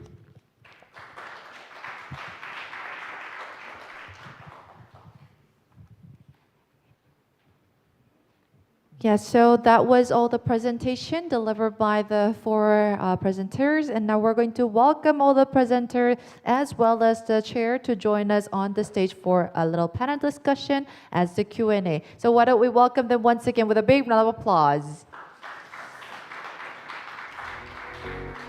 Yes, as the first speaker, we had Dara R from Cambodia, and we also had Jivin Guo from the Tennessee Chattanooga University, and also had Mr. Lee Seung-hwan from UNESCO, and also Mr. Kim Dok-sun from UNESCO as well. And once again, this is going to be chaired by our Professor Mark Thibum. Thank you. So, first of all, the floor is yours. With questions you have for the presenters. And there's already one question from Matthias. Just turn on the microphone, please. You need to press it. Go ahead. Oh, yes. Thank you. Thank you for all the presentations. There are many questions I would like to ask. I will have to restrict myself to 2. One is for Mr. Da Ur about the Kun Lubokato. I would like to know a bit more about the role of music. I think you said it's about motivation, but is it motivation only? I would like, if you could expand a bit more on the role of music. I mean, in which ways, how does the music connect to the Kun Lubokato performance? How does it influence the people the fighters, right? If you could say a bit more about that. And then the other question is for Mr. Seung-hwan Lee on the Korean archery. I found it very interesting to know that archery, traditional archery, was the first sport which included women in the 1904 Olympics. And can you expand on this a bit more? How do you explain that? I mean, which groups were lobbying for the inclusion of women in the Olympics of 1904? Thank you.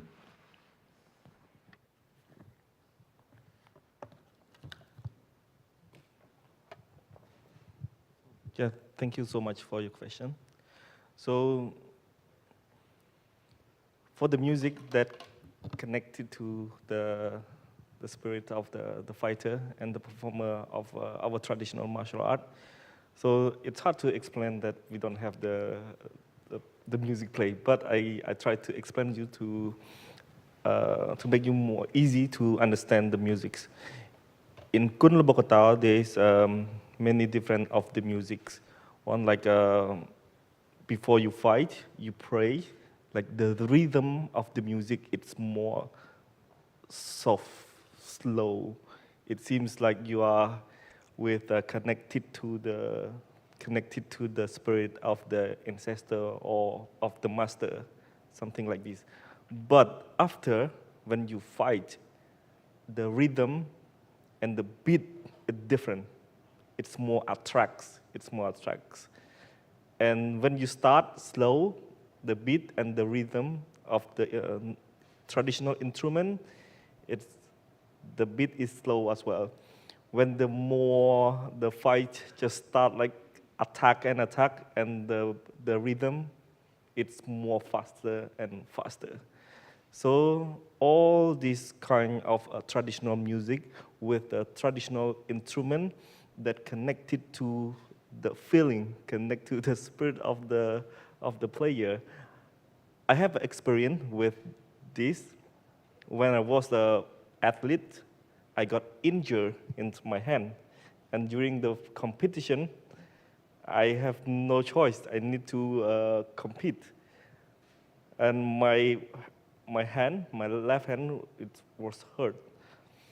And after, when the music is, they have a live music, the drum beat and the flute, like that. So it seems like I have someone in my soul that make me confident, and I have no fear.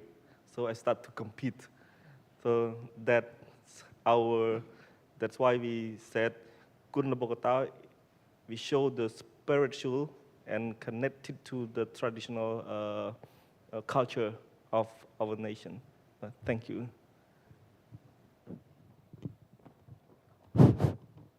Thank you for your question. As far as I know, the archery was attended to the second modern Olympic, which was held in France, Paris, France. As far as I know, women joined the women's event introduced in third event held in United States, St. Louis. I don't know who initiated it, but the first event and second event, the third and fourth event, only 4 countries, USA, Belgium, France, and United Kingdom. At that time, UK, in the UK, there is a lot of ladies who are joined and enjoyed modern archeries. And also in the USA, archery was a very popular subject for the women students. So archery is in Korea also, archery is very popular for the women. And after the 4 events, between the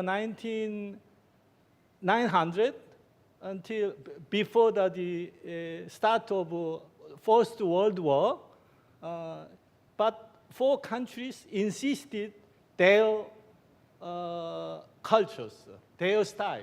So it's discontinued. And so 1972, it rejoined in the Olympic Games with the standardizations of the styles and the game rules. Thank you. I hope it's helpful to you. Thank you. I'm looking around for another question over there. Yes, please, go ahead. Yeah, so my question would go to Ms. Lee Seung-wan. Also, thank you very much for your very interesting presentation on Korean archery. And what I found quite interesting was that you told us that Korean archery was in 2020 recognized by the Korean government as cultural heritage. Is that right? Did I get that right? Yes. Yeah. So my question would be: so why was that so late? What are your ideas why this happened so late? Because from my understanding, it seemed that Korean archery was a big part of Korean culture, like over the ages, and was transmitted without any disturbance or mind disturbances, maybe so. So what could be the reason that this happened so late?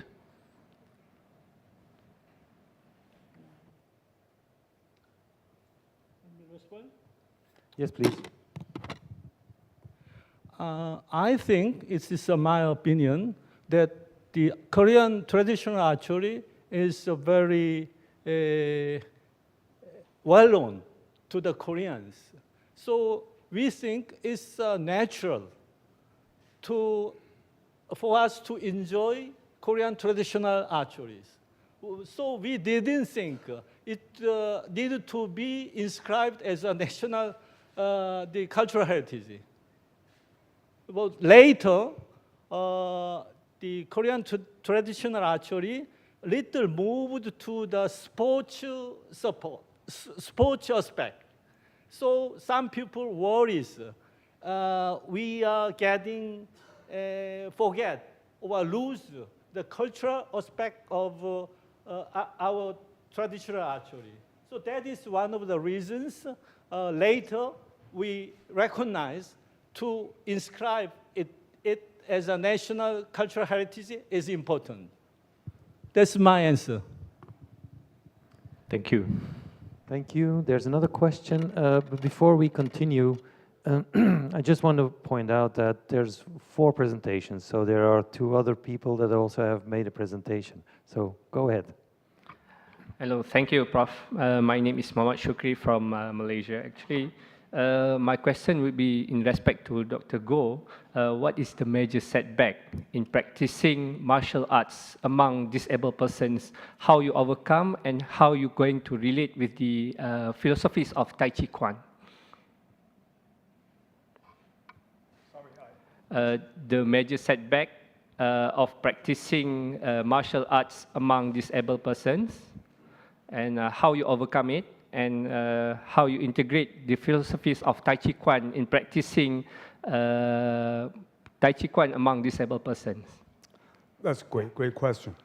And during the early time, and there are a lot of resistance and hesitation. I think, for example, the wheelchair Tai Chi, for example, and integrating the wheelchair movement as a part of Tai Chi movement really did the magic. And because oftentimes people with disability, they see themselves as disabled. They see themselves as something that rely on assistant devices. But once you're able to kind of make the assistant devices into something else, like ice skates, right? We all do ice skating, and no one realized ice skates is assistant device until you see, right? See the history of it, you know, realize, well, this is really developed from helping people to travel, right? During the snow and noisy, so therefore, and to make the wheelchair becoming a sport or become part of the movement, that help a great deal in terms of our perceptions about those devices. And also because the wheel, the wheelchair, the wheel movement it's very, very similar to the motion of Tai Chi movement. They synchronize together, unify together to create a kind of energy. So when people look at it, they feel, wow, this is a very, very beautiful and powerful. And I think that is one of the kind of way to provide that kind of perception. This is not just sitting there doing Tai Chi, rather than is make it become part of Tai Chi. Thank you. Yes, please, go ahead. I have two questions. One question for Mr. Wood and one question for Dr. Guo. I could have a question for Dr. Kim, but I believe his presentation was perfect in his logic and structure, and yeah. So I will go on with the two questions. For Kun Lobokoto, because last night during master class, I remember the masters were telling us that the parents of the local communities are concerned of their children to join the gang because of their physical skills and ability to fight. I believe that's a quite legitimate concern. And I see there's a little gap between what you presented today, because you said like there's a more attention of society from the youth and the government. But you can see there's a difference in this perception about the attention itself. So I believe safeguarding the martial art itself is important. However, it is also important to safeguard the people who are practicing the art. These vulnerable young people who will have the temptation to join the gang. And so even in this sense, even the strongest or the strong, skilled players, skilled artists are also vulnerable in this context.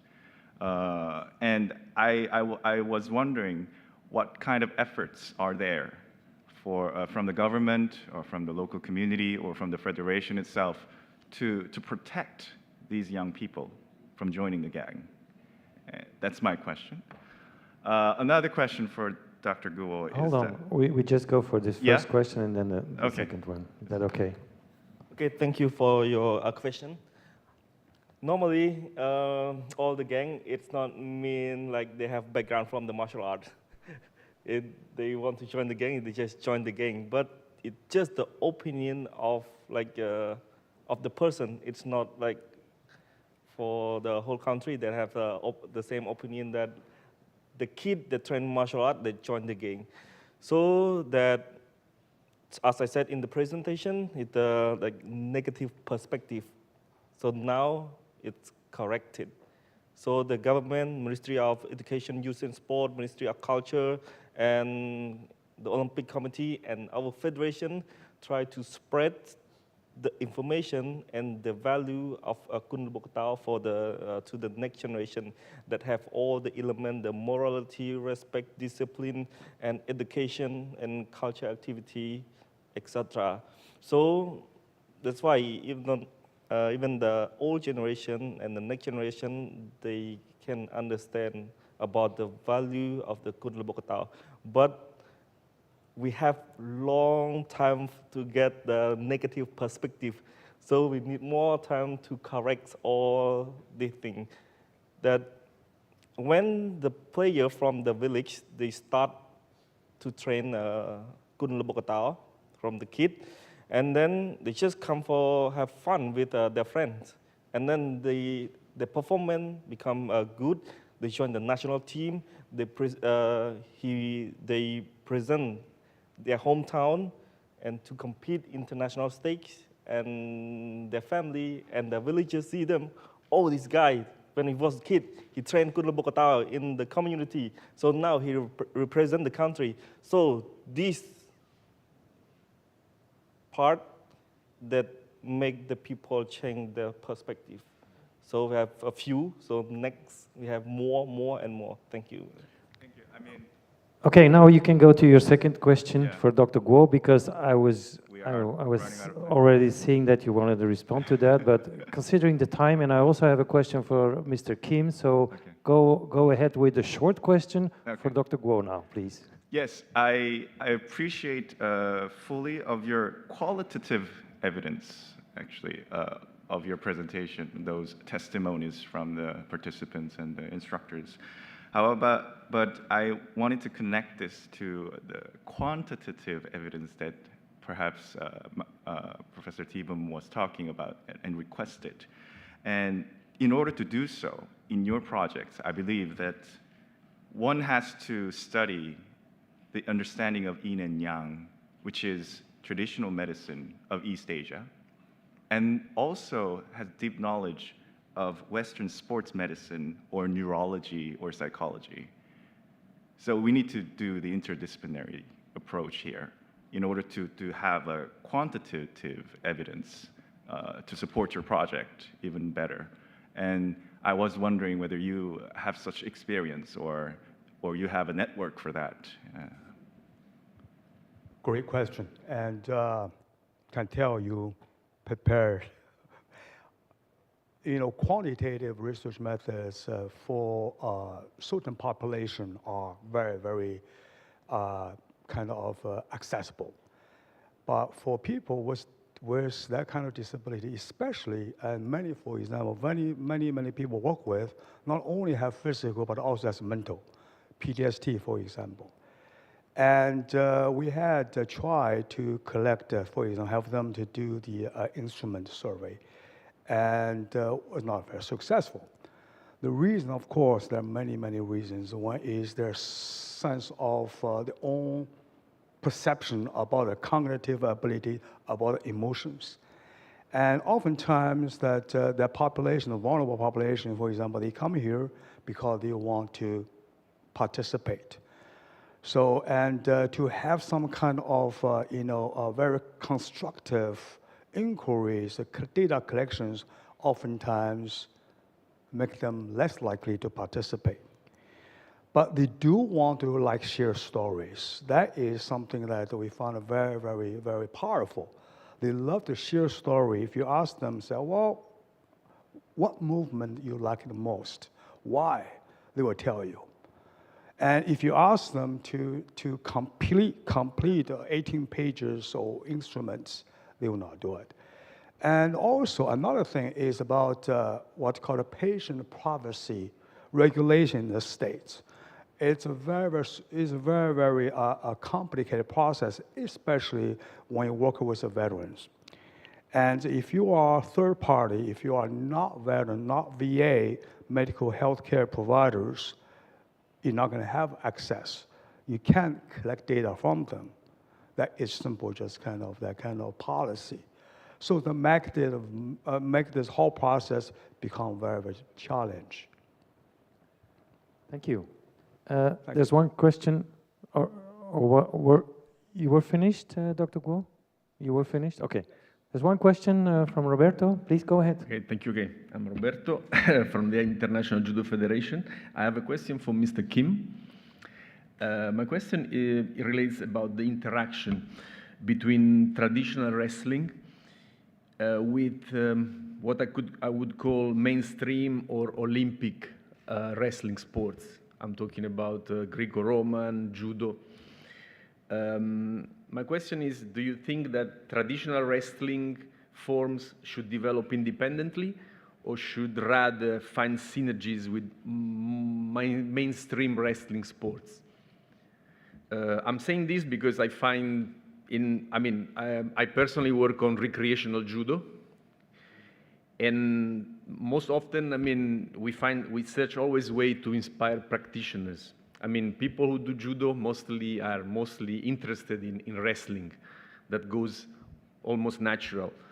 I think personally, cross-training would develop new skills. It would open mind to practitioners. In our dojo, I would love to have equipment to do courage or to do sirem. So I just wanted to understand, what do you think? What is your opinion on this? Thank you. Yeah, the microphone is on. Yes. I think that's a very interesting question for me. Of course, the film is one of the intangible cultural heritage, but there is the international framework on the intangible cultural heritage supported by the UNESCO. UNESCO said there is the 2000 Convention for Safeguarding Intangible Cultural Heritage. In the convention said intangible cultural heritage is not fixed. It can be changed by reflecting some situation, current situation. But who decide the change? Who decide the change the intangible cultural heritage? This is it depends on the community who playing the traditional theorem. But if the people or the community playing the theorem, they want to adopt some kind of modern skill from their other wrestling or judo, but they can do. But it totally depends on the community decision. But based on my experience, most of the community on intangible cultural heritage, they are a little bit conservative. They want to keep their own tradition. But even though they change something, but it's that don't want to change the essence. A little bit, outside of the form, but it's very hard to change the essence of the own intangible cultural heritage. So what I say is it depends on that decision is finally depends on community, but it can be changed. Yeah, that's my answer I can say. I'm just looking around if there are any more questions. Yes, please go ahead. Hi. Thank you very much for insightful talks today and yesterday. I have two brief questions. One of them is a bit more open, another is for the Korean part of the delegation. I hope it's not too sensitive. So first question is, we heard a lot about attracting new people coming into the sport, information and everything, but sports cannot exist without the body of practitioners. What can be done to help retain sports or martial arts participation within respective disciplines? And who is this question for again? No. Sorry, for everyone. Oh, for everyone. Yeah. Okay. Gentlemen, go ahead. You need to repeat it, perhaps. Can Okay, you I will rephrase it? Paraphrase it. Okay. So we heard a lot about campaigns and ideas on how to promote the sports, how to attract new people. What can we do as people in general to help retain or keep people or the main body of practitioners for longer within disciplines? Well, let me try. I think modern time, we are facing different challenges, and different individuals have their own challenges.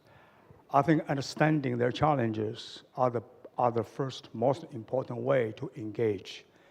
And for example, I worked with not just the veteran, but also other people, general population with disability.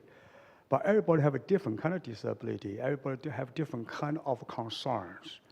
And not just a disability, but also as a human, as a mother, as a father, as a student, as somebody who has social relationship. So, and to provide a sport or activity that this is good for you is not good enough.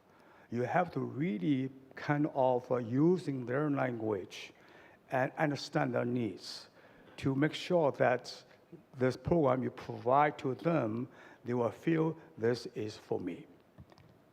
I think that is, did I correctly understand your question? You did. Yes. Thank you. Anybody else who wants to answer to this question? Yeah. In case of Korea traditional archery, I think it is very effective if we include the Korean traditional archery in educational systems. Also to designate as a national heritage, also to be included in the list, UNESCO listing. That will be very effective. Thank you. And can I quickly follow up with my second question? It's very brief, I promise. It's for the part of the Korean delegation, from Mr. Kim and Mr. Yi. You've already mentioned that there have been some efforts and dialogue happening between the North and South Korea.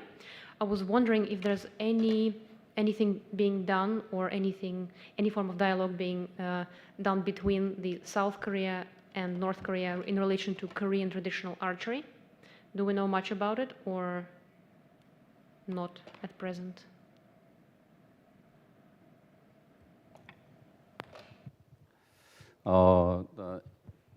In the past, it quite depend on the political situation.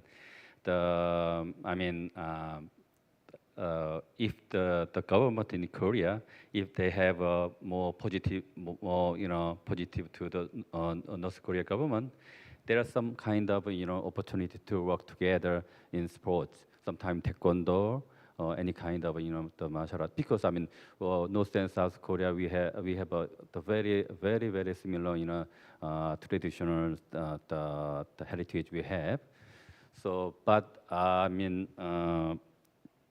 as I understand, there is after I don't know, just before the 2000 after 2019, there was no any kind of interaction between the North and South Korea. Even any kind of the cultural the exchange. This is quite because actually. I would like to explain some kind of my experience on the serum. 2014, at the time it was very hard. It was very difficult to communicate with North Korea from the south. But we worked together with UNESCO Beijing office and then the National Commission for UNESCO in Mongolia. So we organized some kind of the meeting, including the North Korea. But now, but also at the time, it's very hard to that. If you want to contact with the North Korea people, we have to report to the Korea government and then get some approval. But UNESCO is, unfortunately, the UNESCO is very the good international organization to make the kind of some more, the good way to solve the kind of problem. Of course, also in terms of North Korea, they are very reluctant to cooperate with South Korea directly.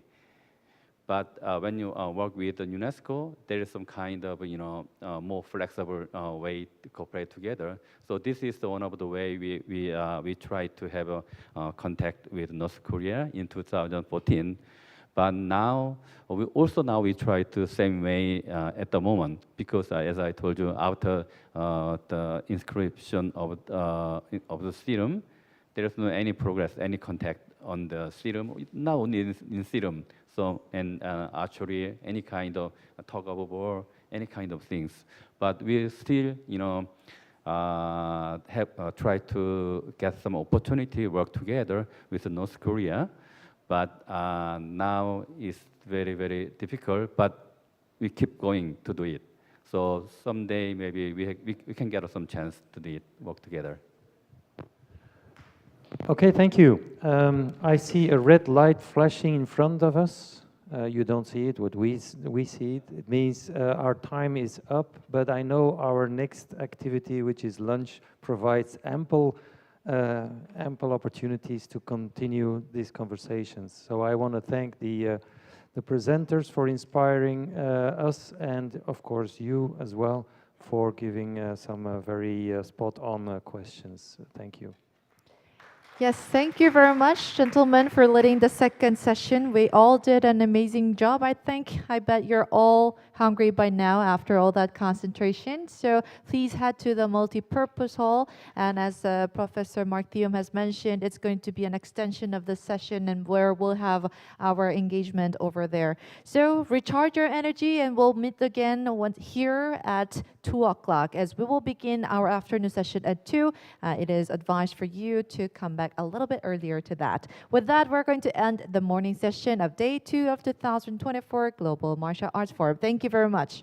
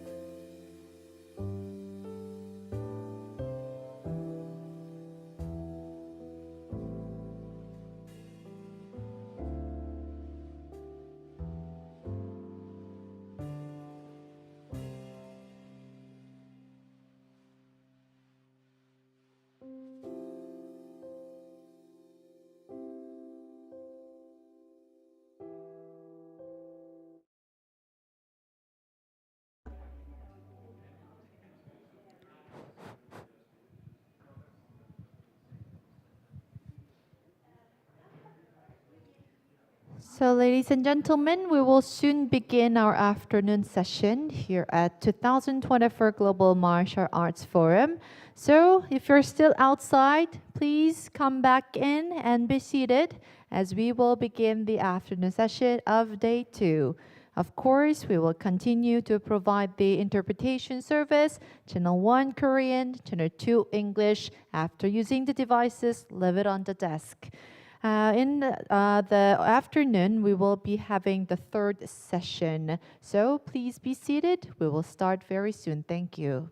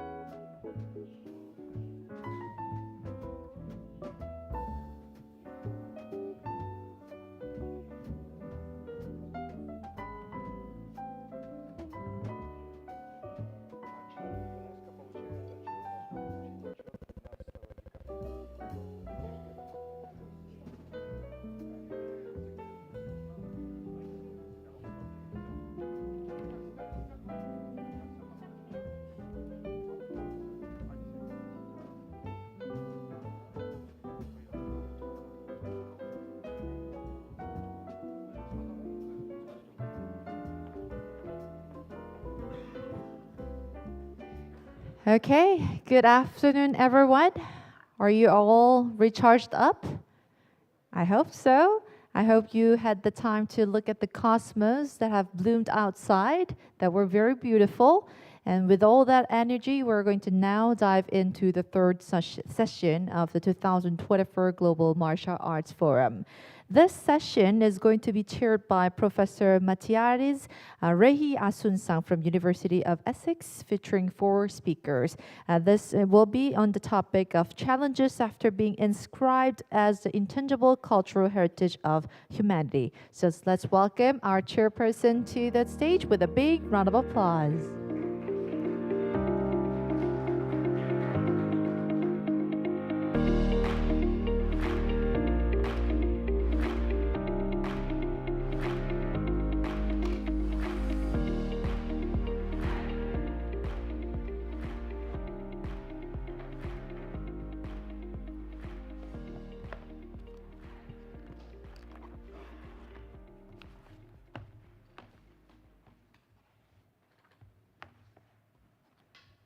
Oh, yes.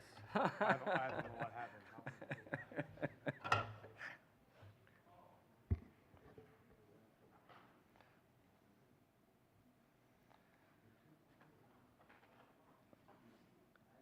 So, can we start? Yes? Okay, welcome everyone to this afternoon session.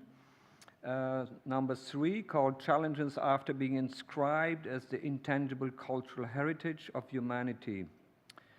So I'm going to introduce our 4 speakers this afternoon, and I apologize in advance for mispronouncing any name.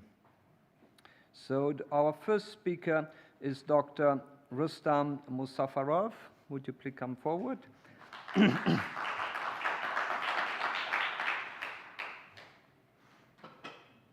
So Dr. Musafarov is a medical doctor and mathematician. He has been active in intangible cultural heritage for a long time. He is actually the vice chair of Kazakhstan ICH National Committee.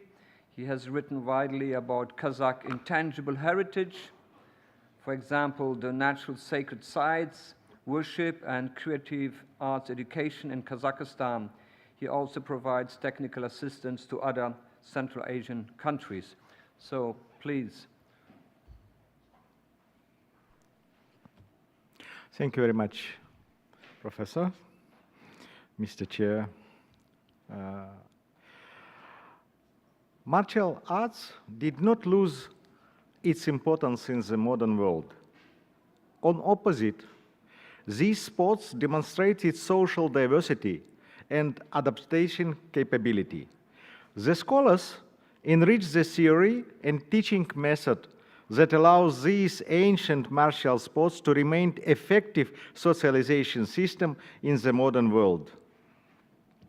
There is no doubt today about the historical essential role of the nomadic people in cultural exchange between different parts of the world.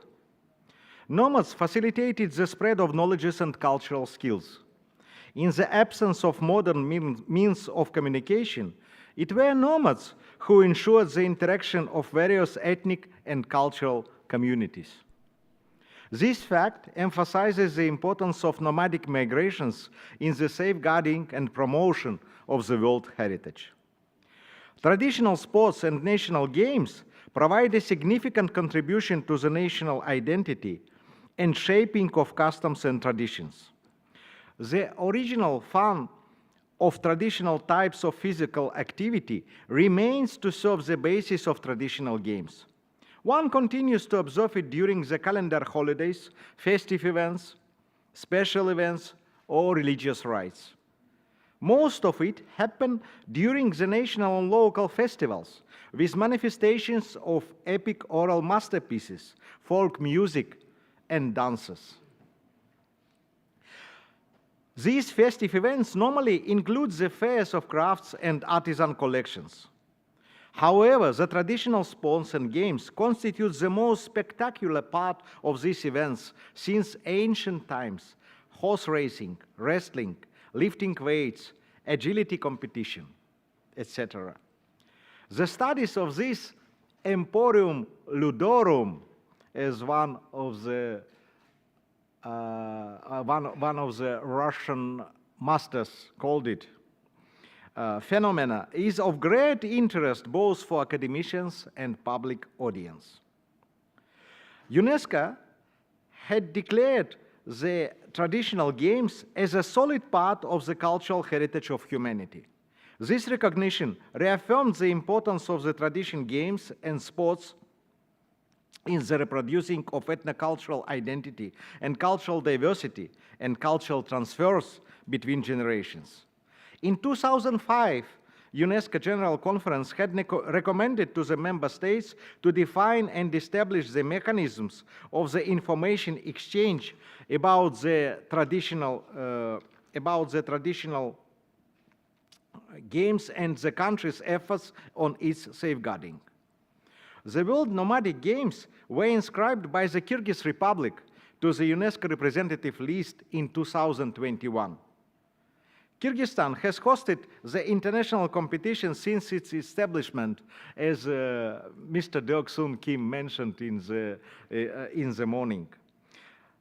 In 2014, 2016, and 2018, Kyrgyzstan was hosting these nomadic games. The fourth nomadic games were held in 2022 in Iznik, Turkey. 3,000 athletes from 82 countries were completed in 13 sports.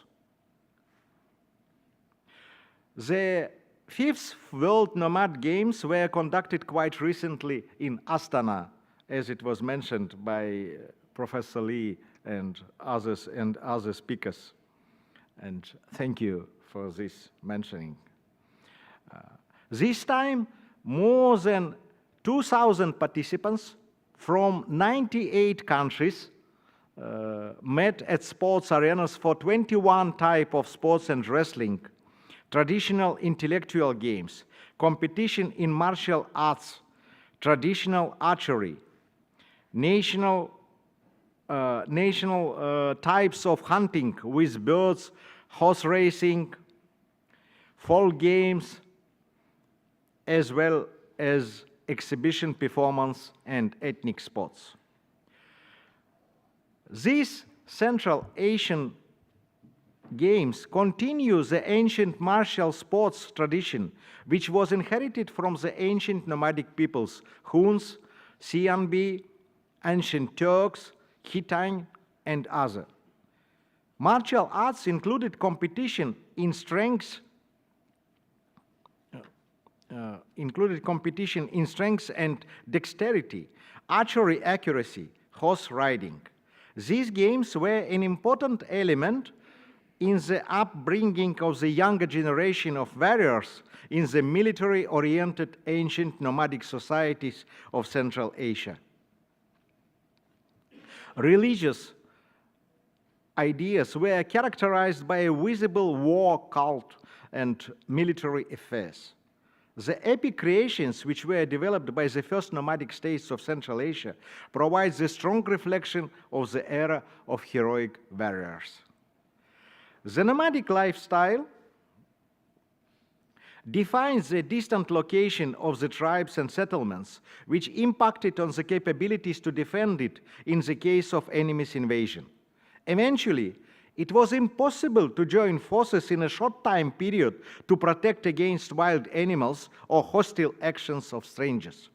The nomads had to rely only on their own strengths, and therefore the archery skills became indispensable, not only for hunting, but also for defense.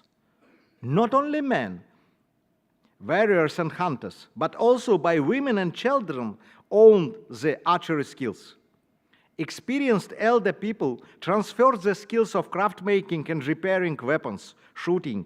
This knowledge had been used at hunting and also for protecting herds and families.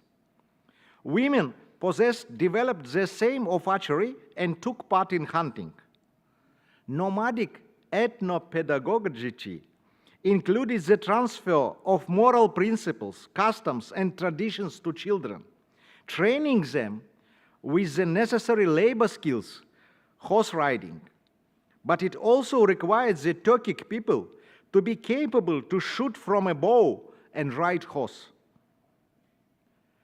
This nomadic traditional knowledge was passed from generation to generation almost to 20th century. When the nomadic society gained the feudal features, the festival did not lose its sacrifice tribe qualities, but it had been acquired the additional function of a military checkup. This was conducted by Khans, sultans, and noyons for selection of candidates for their military squads. Martial arts and games were accompanied by feasts arranged at the end of campaigns, round-up hunts on the occasion of the consecration of the banner, the wedding of ruler, the birth of his heir, and other official celebrations. Nowadays, about 40 types of equestrian games can be observed in Kazakhstan. It includes horse racing, jorga, a horsemanship demonstration, kokpar, which is inscribed by Kyrgyzstan to the representative list under the kokboru name, a game where players try to capture a goat carcass, and Krizkuyu, a game where a young man tries to catch a girl on a horseback. These most popular games can be added with the list of over than 20 equestrian games with a visible presence of martial arts. Saddling a horse, Idera Spark, a game where two riders try to flip each other off their horses, tug of war, and other. There are also games linked to rites and rituals. Bone stealing, Tabak Tartu, a game where a rider attempts to take a plate from a pole. Several household types games, Arkan Tartu, lassoing, Bugalik, bridling or bringing a horse under control, and throwing a shalm, a type of felt hat. There is an ancient game called Mushe Shabu or Mushe Tartu game, gift racing or gift receiving. Young men, jigits, approach girls or young women and ask them for a gift. They mention the girl's own name or the name of the bride selected by her. The invited girl then chases after the jigit. The term Mushe refers to the gift that the jigit receives from the girl. On Kis Kashkar game, two families compete over a girl. Playing Kamshi Tartu, the rider must throw the whip so that it lands on the line which is drawn on the ground. Participant rides off for several hundred meters and then race towards the target. Salma is one of the martial art competitions where three participants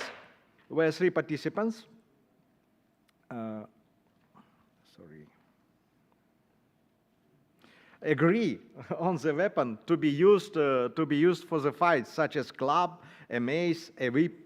The competition takes place on the horseback, and the losers are gradually eliminated until the only one winner remains.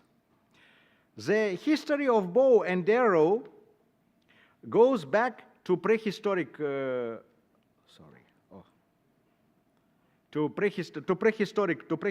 times. The oldest known bows were made of elm around 6000 BC and of yew around 3300 BC. Professor Lee Segmon knows better, and our good Turkey friend Atas. It is known that there are two main types of archery bows based on material and method of bow making, self-bow and composite bow. Composite archery bows have been well known and used by the Asiatic societies for thousands of years. The Turkish composite bow, made of wood, horn, sinew, and glue, is one of the most famous and powerful bows in the world. To construct this type of bow, sinew was glued to the back and horn to the belly of preferred wooden core. Sadaka, it is called in Kazakh, is an ancient art of shooting the crossbow by the Kazakh North. In Kazakh, sadak means bow. The crossbow and arrows played a leading role in Kazakh war equipment as a distant combat weaponry complex. In this light, the understanding of the art of making and shooting the Kazakh crossbow is becoming a very important subject for the cultural identification of Kazakhstan. Unfortunately, today it is practically lost. Most known Kazakh crossbows belong to two types, lesser and large crossbows. Both types are composite, recurved crossbows. Kazakh crossbows were made of wooden base enforced with sinew, working in tension on the side opposite to the shooter, and the horn plates on the side facing the shooter, working in compression. The shooting from Kazakh crossbow was done using so-called Kazakh draw, or it is called Mongol draw. With this draw, the string is held and drawn by a right-hand thumb, and then arrow is placed on the bow grip from the right side. This was demonstrated yesterday by Turkish masters. Kazakh bows were designated and made specifically for shooting from a horseback. It required high level of training and coordination of the warriors.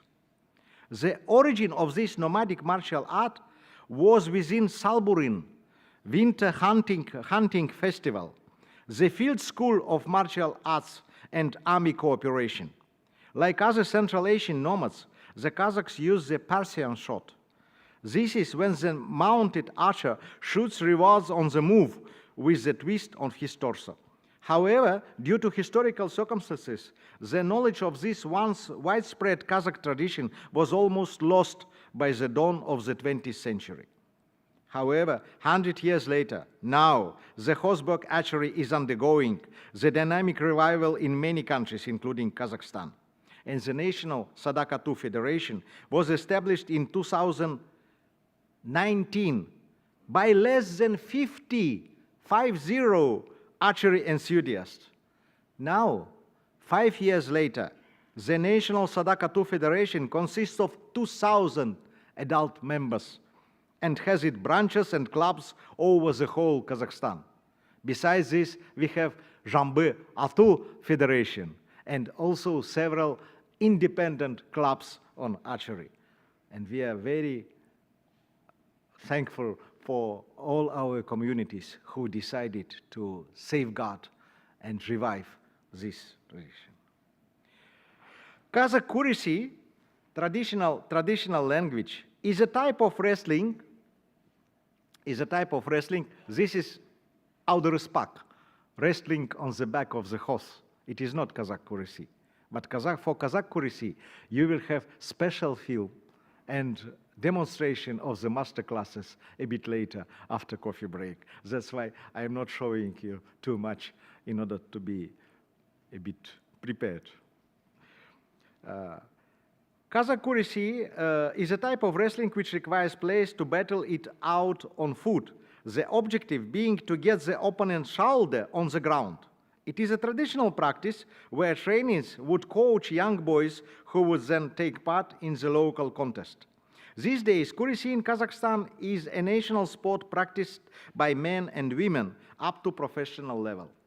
International competitions also take place, like the annual tournament, the Kazakh Barысы, which is well known, and which broadcasts in more than 100 countries. Sports clubs, which may also be affiliated to schools, ensure the transmission of Kurisi in Kazakhstan. Kurisi means wrestling, I just remind. And as well as via master classes run by experienced Kurisi wrestlers. The minimum age of learners can be as young as 10, and there is no restriction applied concerning the background of participants. Now we have 13 sports schools and 10 clubs overall in Kazakhstan. Kazakh Kurisi also has a place in traditional folklore in Kazakhstan. The wrestlers, known as Balwans, have been regarded as strong and courageous and depicted as such in epics, poetry, and literature. It also helps to build tolerance, goodwill, and solidarity among communities. The importance of Kazakh Kurisi in traditional sports, mainly conditioned by the increased interest of population in national culture, its contribution to national heritage preservation and revival, to cultural restoring and education. The Kazakh people called as Batyr who are engaged in wrestling, who have mastered the art of wrestling, their courage and bravery. The word Batyr entered into the Turkic languages from Persian. This word has the meaning wrestler. In the old Turkic language, there is a term alip. The scientist Alkay Margulan connects the origin of the word Batyr with the concept of balbal, ancient stone figures in the steppes, and Kazakhs use this word Batyr or alip as a big, strong man, authoritative among people, strong supporter. In the past, wrestlers, to improve their strength and fighting skills, lifted heavy stones, objects, and livestock with other people. Stones raised by wrestlers are still called Balwan Tash. Traditional women's wrestling competitions, and you will be able to see it today also, are prominent in the cultures of Asian and European peoples.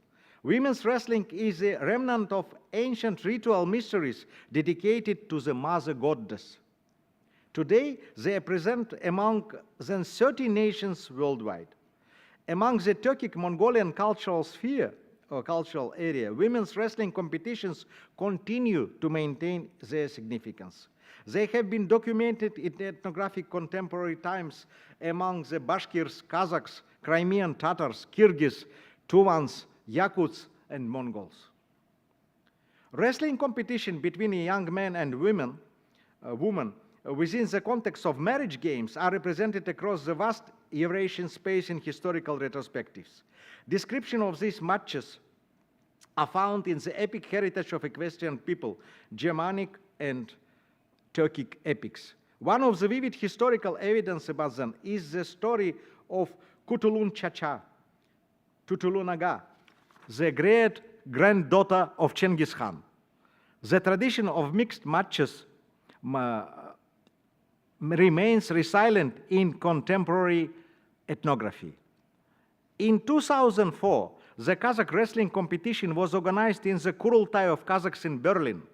Kurultai is the World Kazakh Congress. The athletes from 18 countries decided to establish the Kazakh Kurisi World Federation and agreed on the unified wrestling rules and wrestling uniform for it. Then in 2005, 2010, there were conducted a lot of international competitions. In 2016, UNESCO had inscribed Kazakh Kurisi to the representative list and acknowledged its positive impact based on tolerance, goodwill, and solidarity, and promoting relations between communities. In order to join the efforts of athletes and wrestling communities, on 29 February 4 years ago, 2020, in Astana, the Joint Congress of the Federation of Kazakh Kurisi, World Federation of Kazakh Kurisi, and National Federation of Kazakh Kurisi, that time we had 3 federations, had joined in one Kazakh Kurisi association. At present, regional branches of the Kazakh Kurisi Association have been established throughout Kazakhstan and are in about 40 countries of the world. In 2022, Kazakh Kurisi Association was admitted to the United Wrestling World. In 2023, last year, Kazakh Kurisi for the first time was included to the program of World Combat Games. This event took place in Riyadh, the capital of Saudi Arabia. Games and sports related to the nomadic culture reflect the tradition in the immensity of the Great Steppe. Originated during the Mongolian and the Golden Horde eras, these games are now cultural projects deserving competition and moreover ethnic identity. Kazakhstan, in its partnership with other Central Asian states, tried to improve its identity and to promote an image outside this region. At present, the traditional sports and games in Kazakhstan are integrated to the national sports and physical training systems. They played an important role in youth mobilizing, promoting healthy lifestyle, cultivating the patriotic education and the respect of national history and tradition. Annually, there are up to 1,000 various traditional sports competitions over all the country, such as Kazakh Kurisi, Tagus Kumalak, Asikatu, Kokpar, Baiga, Tenge Atu, Jamba Atu, Auduraspak, Kuzbeglik, traditional archery, and Jekpejek. All these sports are officially recognized and inscribed to the National Register of Sports in Kazakhstan. Martial arts first appeared as human surviving tool and transferred to a powerful socialization, education, and person's moral ethics development tool nowadays. Hence, martial arts came a long way, but continue playing the significant role in modern Kazakhstan society. Thank you for your kind attention.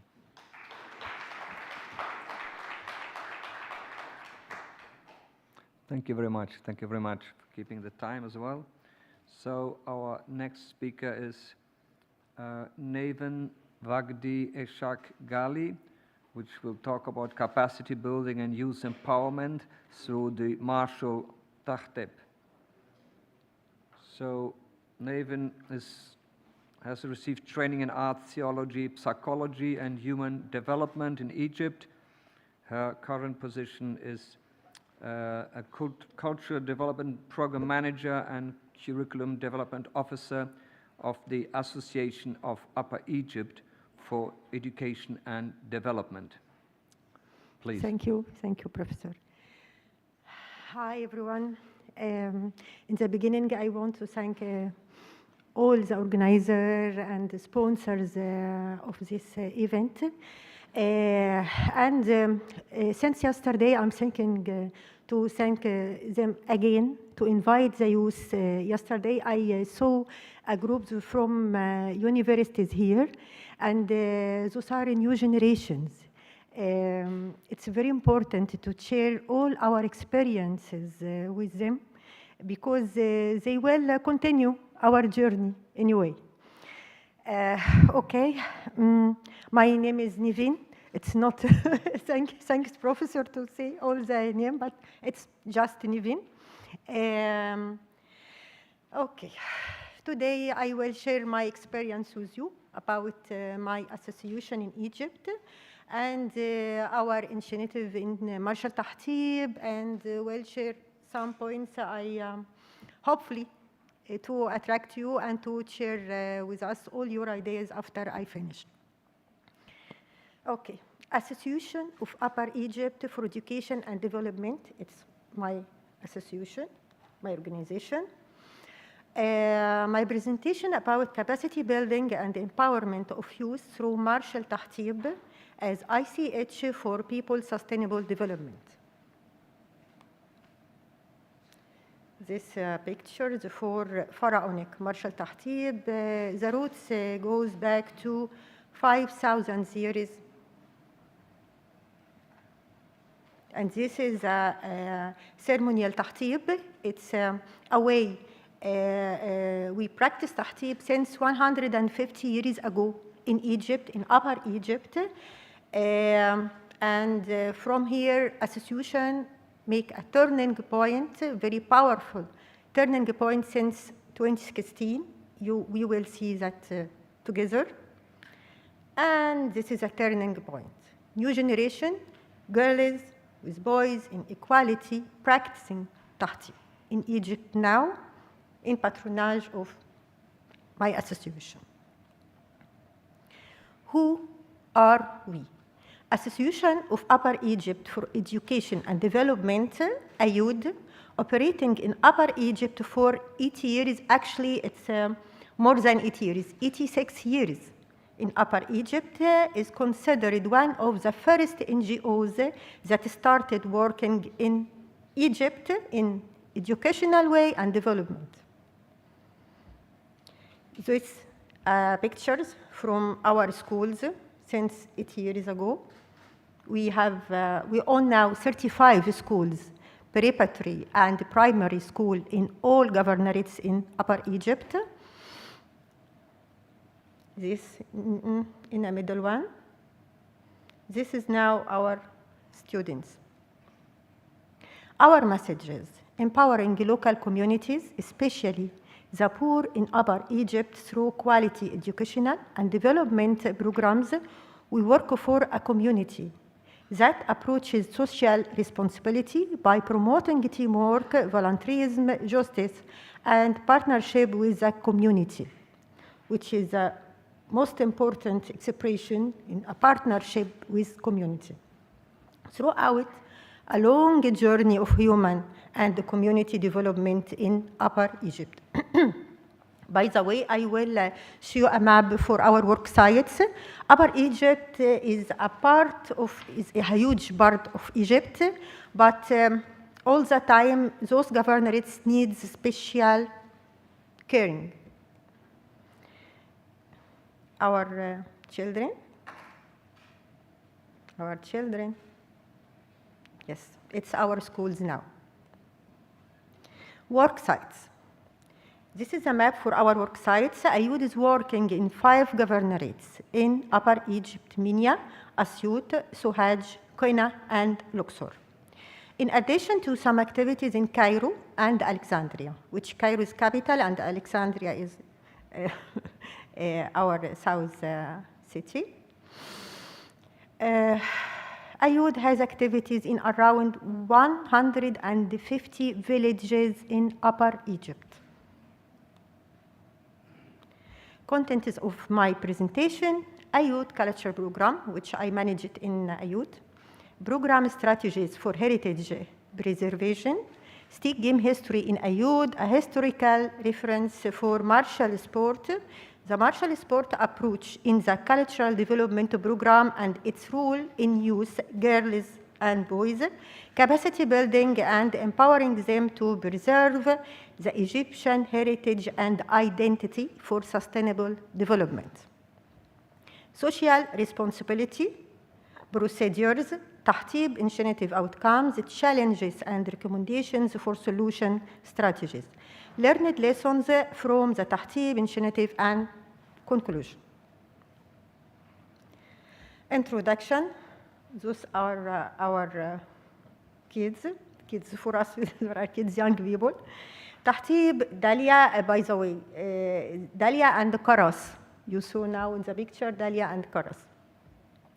Tahtib as a heritage martial sport is an approach to sustainable development by educating young people and raising awareness to prepare future generations to know and believe. And it's important to believe that our heritage is our human identity and our responsibility spreading and promoting it in worldwide societies is a declaration of cultural identity and acceptance of other cultures, is an acceptance of the other identities and diversities.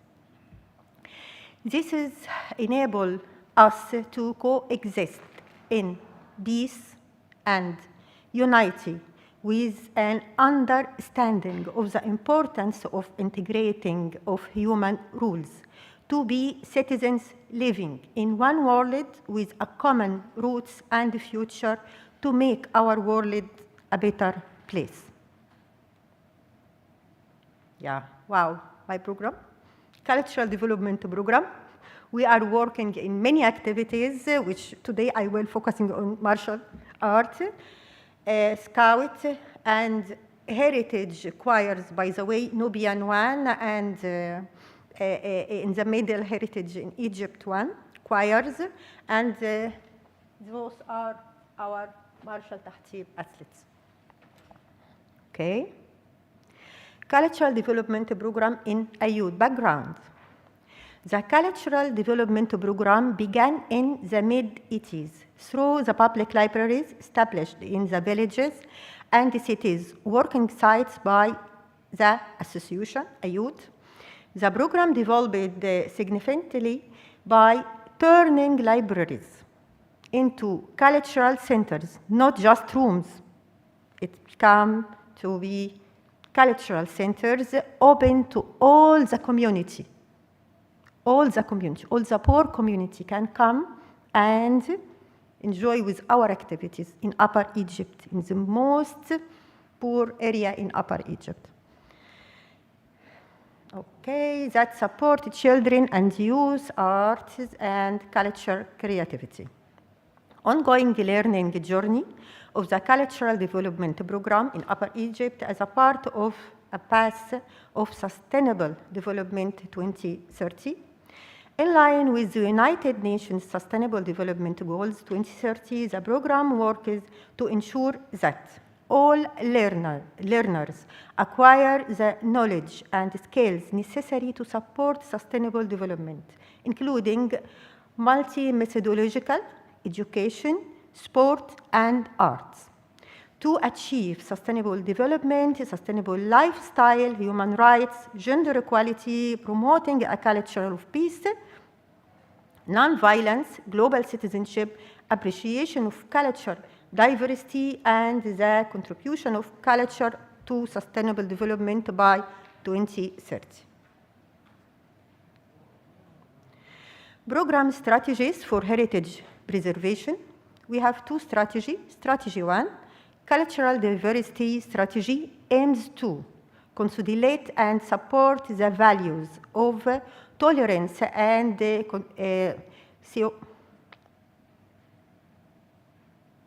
I didn't get the expression. Coexistence within societies through sports and art. Strategy 2, preserving, reproducing, and promoting the cultural heritage aims to consolidate knowledge and belonging through the Egyptian martial tahtib and empower the youth to preserve the Egyptian identity and pass it on to successive generations, through which it adopts the principle of equal dignity and respect for all cultures. Tahtib game history in Ayud. Ayud has been sponsoring tahtib for more than 30 years, ceremonial tahtib.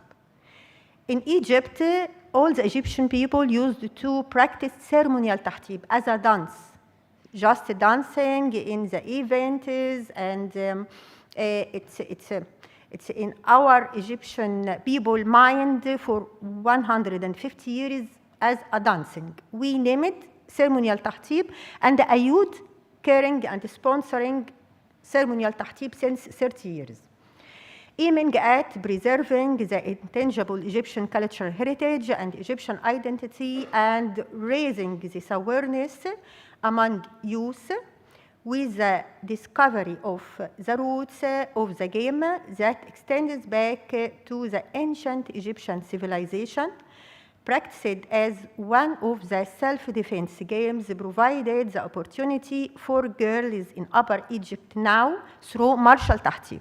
It's a turning point since 2016.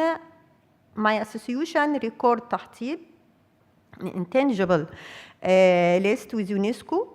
After that, we made a turning point to allow to the girl to practice tahtib. Before that, no girl in all Egypt practicing tahtib. Egypt practice and participate in reviving the heritage of their country. The association has accomplished many activities as follow. The tahtib game was registered on the UNESCO list of intangible cultural heritage in 2016. So this is the first type, ceremonial tahtib, and this is martial tahtib now, between girls and boys.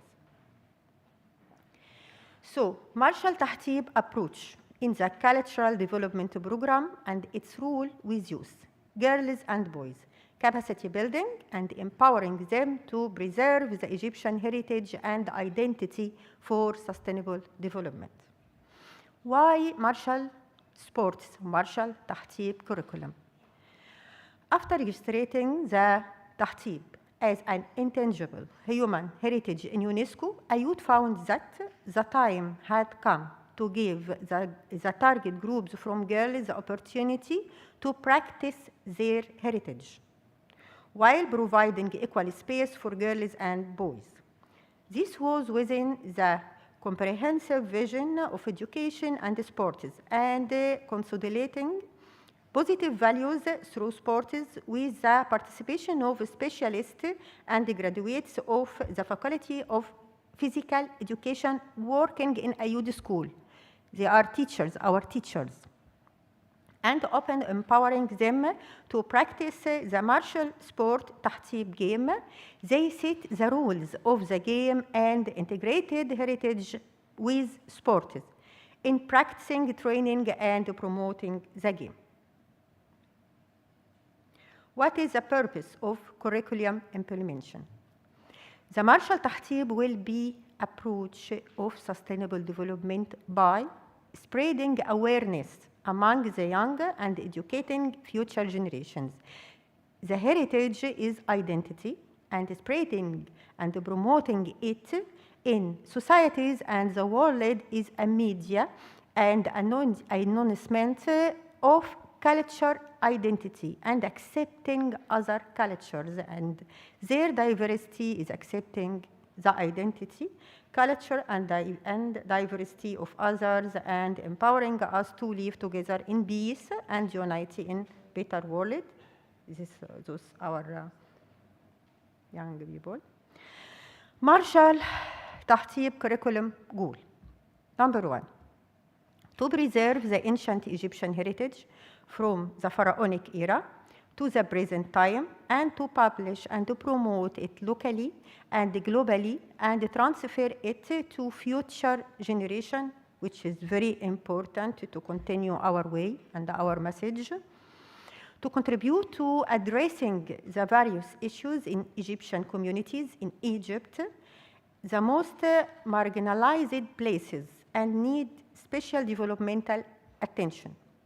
Number 3, to expand the circle of playing the game for girls equally with boys as a heritage sport for self-defense. To raise the awareness of communities about the historical roots of the game. Number 5, to authentic the positive principles and values of this sport and have access to all Egyptian and international communities. To develop a clear curriculum and manual for those who wish to practice the martial sport تحطيب everywhere. To develop clear rules and laws codified for the practice of martial sports تحطيب, to learn about the history sequence of martial تحطيب, to know the rules and laws of martial sport, to structure sports training for the stages of the game.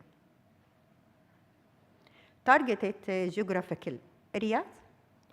Here in the map, Minya, Asyut, Sohag, Luxor, Quina, communities, 9 communities in martial تحطيب practice it. Places, primary and preparatory schools, development centers, we have development centers and cultural centers.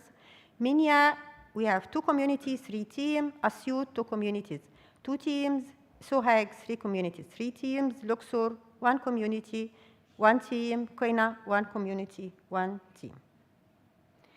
The target groups of the approach curriculum, 10 teams, total target 300 athletes, children from 12 years to 18, boys and girls from 19 to 25, adults 26 to 45 years old. The stages of the empowerment training curriculum. Stage 1, the application of codified criteria for the selection of athletes, values criteria, physical criteria, psychological criteria.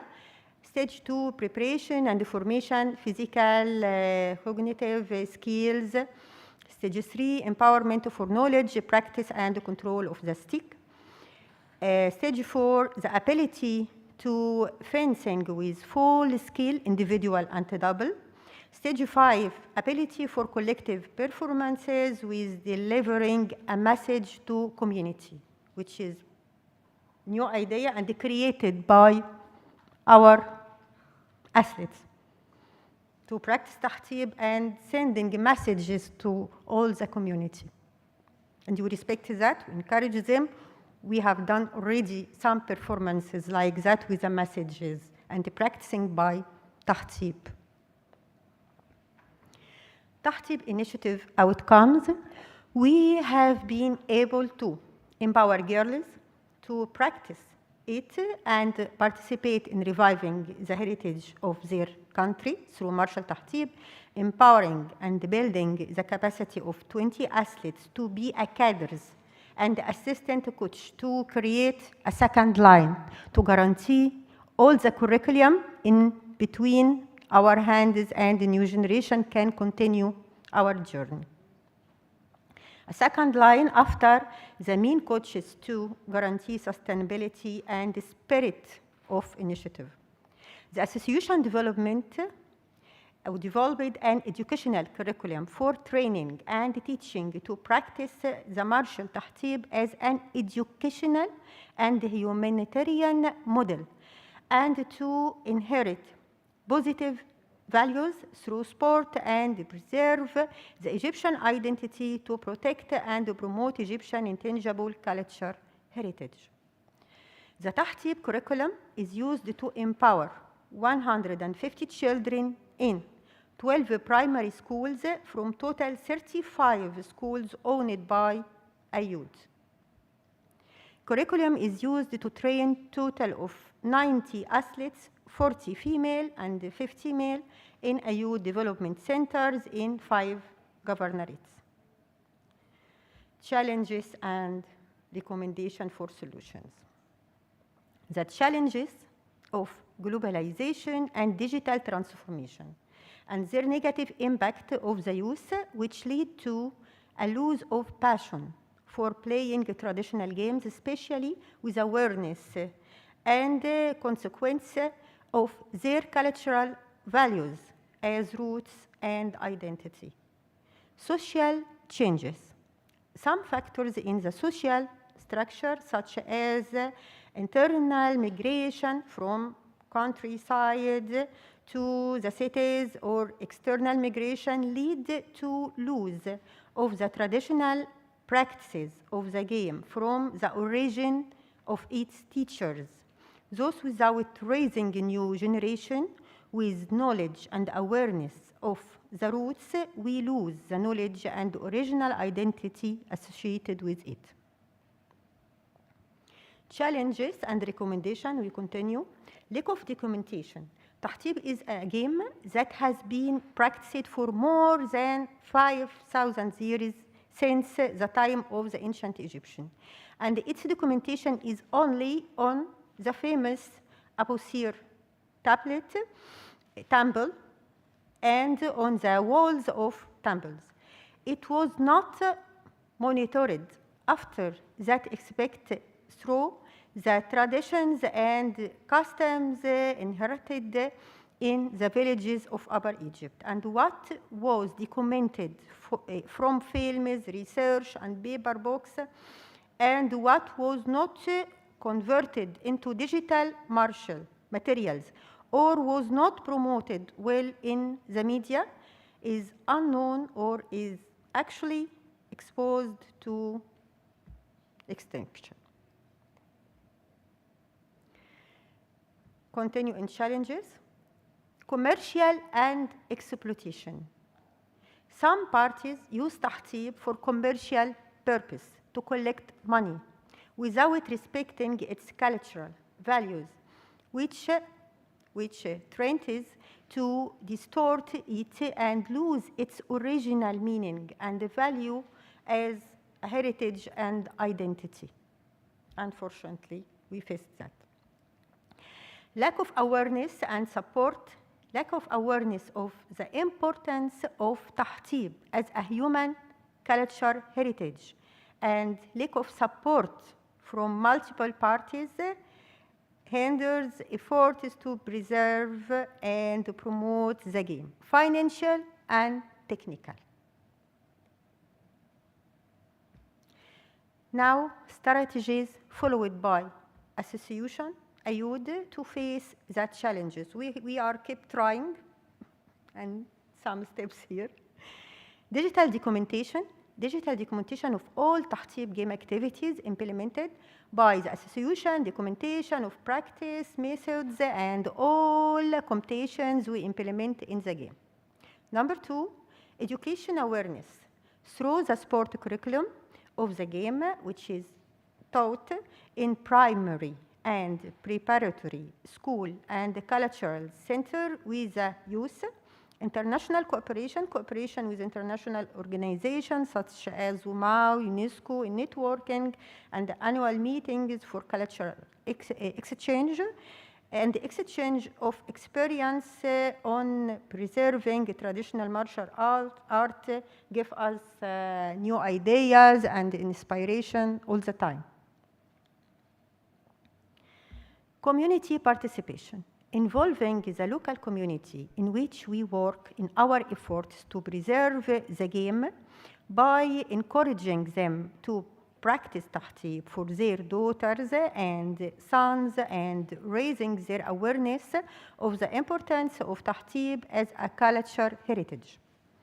Producing artistic performance that combine kinetic performance with the game of tahtib, using tahtib as a human heritage to express and connect the inner identity of the human being now, and mixing it with the kinetic performance of modern body drawing, inspiration for this performance from the roots and authentic heritage of his country, their country, and expressing the vision and narration through the body and the traditional sport for his vision of solutions to the problem of his society. Sorry, can you come to a conclusion, please? Because you're already 1 minute over time. Thank you. Okay, I almost finished. Learned lessons, effective partnership between all stakeholders and the space of trust between them and our organization. Exchange the information between stakeholders strengthens and the initiative and give it the inputs to continue. Shared vision for the future, working with the new generation in a true partnership. Conclusion. Therefore, in conclusion, we appreciate the ability of heritage sports in building the human being and supporting cultural diversity and the ability to increase the belonging of young people to their roots and their acceptance of diversity for all the roots. This is through human civilization that have grown, and through coordination, cooperation, and networking together as institutions, we become able to build bridges across the world to be citizens in one world to reach effective global citizenship. Thank you. Thank you very much. Thank you very much.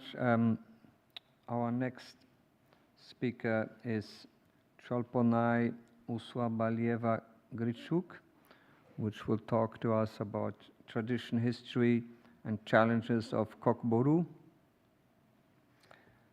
So she is the head of the project implementation unit at the Aijin Cultural Research Center in Bishkek in Kyrgyzstan, where she coordinates and designs projects on ICH, also active in various positions in the ICH NGO Forum for the Asia-Pacific region, and she has written on pilgrimage practices to sacred natural sites in Kyrgyzstan and digitalization of ancient epics. Please. Thank you so much. It was such a big introduction. I didn't expect that. So I don't really like podiums because it's as high as me. So I will probably use just the floor if it's okay with you. And I would like to take a different approach in delivering my presentation and sharing the information with you. Well, I will be showing the PowerPoint presentation, but I just wanted to do some pop-up quiz and have some interaction with the audience. So, as our chair introduced, my name is Cholponai, and I represent Aijin Cultural Research Center. It is an accredited NGO from, under the UNESCO 2003 Convention for Safeguarding Intangible Cultural Heritage, and we are from Kyrgyzstan. It's a very small country, so do you know anything about Kyrgyzstan? Any fun fact, interesting fact, or any fact about Kyrgyzstan? No, not except for Kazakhstan, please. Anybody? I have a present. Yeah. We have some snacks. Actually, these are all traditional snacks from Kyrgyzstan, courtesy of my boss, Dr. Gulnara, for being thoughtful and taking it with her. So please, anything that comes to your mind. Okay? What I know of Kyrgyzstan is that there's a cultural research center. Okay, great, thank you. So this is a so this is kurut. This is a traditional snack of nomads. This is strained yogurt and dried. So it is very good and very good nutritious snack during the winters for the nomads. So it's actually nice. Don't worry. Okay, so the subject of my presentation is kokburu, actually. So I'm sure some of you know what is kokburu, but please take a guess. Do you know anything about kokburu? What is it? Anything? Not for the ones who read the paper, though. I read your paper. Yeah, I know. Anybody from the audience, please? Okay, yes? In a movie, yeah. So what was it about? Rambo 3. No, it's not that Kokburu. Oh, yeah. Ghostbusters, yeah. Oh, yes, perfect. That's great. So another one for you. Thank you. Okay, so I think we're done for now with the pop-up quiz. So I would just like to introduce the country we come from. I'm sure some of you know, but for some of you it might be very new. So we are a very, very small country in the heart of Central Asia. So do you see this little heart? So this is us. So to the north, we border Kazakhstan. To the west, we border Tajikistan, but it's small here as well. And to the east, we have a big neighbor, which is China. So, and this is the bigger map. And as you can see, Kyrgyzstan is a landlocked country. And we can even say that it's a deep landlocked country because all our neighbors, they also don't have access to the sea. So, and Kyrgyzstan is known for many things, and I would like to just mention several of them. Kyrgyzstan is known to be the land of the mountains, and you might ask why. Because it is covered, 80% of the geographic territory of the country is covered by mountains. And there are more than 85 distinct mountain ranges with over 40 peaks, which are above 6,000 levels, or 6,000 meters above the sea level. So these are very, very high mountains that we're talking about. And the average altitude of the whole country is 2,750 meters. So it's pretty much very high for most of the people, for most of the countries. And so these are some sceneries from the country. So as being the mountainous country, we were nicknamed as the Switzerland of Central Asia. We have a lot of alpine lakes that are high in the mountains. Yeah, and this is actually heaven for hikers, trekkers, freestyle snowboarders, skiers, bike riders. So it's a really nice touristic destination, actually. Then we have mountain pastures. So I'm telling this as a background information when we come to the Kokburu game. And these are the people, or Kyrgyz children, who live in the country, in the mountainous areas. So also, as you can see from the pictures before, like we have lots of mountains, and then of course, we can't really navigate the mountains on food. So Kyrgyz people are known to be the nomadic people, and we still today practice our nomadic culture. So the horses play an important role in our everyday life. We ride them, we eat them. So, and we also, the Kyrgyzstan is known as the land of no crowds. So what do you think that might be? What is the land of no crowds? Any guesses? for a lucky one, I have a chocolate, Kyrgyz chocolate, with the Kyrgyz walnut. Yeah, any guess on why Kyrgyzstan might be called as land of no crowds? Yes, exactly. No, this is not horse milk, this is cow milk. Yeah. Yeah, so Orlando was right. So the land of no crowds means that it is the least populated, densely populated country in the world. So per square kilometer, there are only 29.5 people. And which is interesting is that only 36% of the whole population live in urban areas, which is unusual for a less densely populated country, because everybody else are scattered across those mountainous areas. So yeah, and as we are nomads, so here, the nomadic culture from the past, nomadic culture today. And as nomads, of course, in 2014, Kyrgyzstan was the initiator and the first host country of the World Nomadic Games. So the idea behind the World Nomadic Games is to make the games and traditional games of the all nomadic cultures as an Olympic games of the nomadic civilization. So it was an initiative which today Mr. Rustam and Professor, yeah, they mentioned to be becoming popular and involving more and more countries in the world. Yes, and now we come back to Kokboru. So what is Kokboru? We already know that it is, as they mentioned, it's probably a horse game since we are nomadic people. And I would like to show you a quick clip where you can see the essence of it. Well, here you can see the children, and they're playing the Kokboru not on horses, but on donkeys. Can you guess why?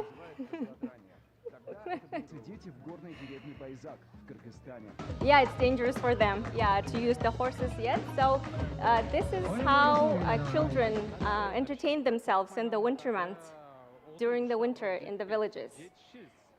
And then when they grow up, that's who they become. So on the ground, you see this is a dead goat. It's a carcass of a dead goat. So they are trying to grapple and then pick up the goat and take it to the goal of the opposing team. But they're not letting, because here there are two teams playing. This is the guy from the opposing team, so he's trying to get the goat to himself. So this one is not giving it to him. And just wait a second. So his team players need to come and rescue either of them. So we don't know who's that going to be.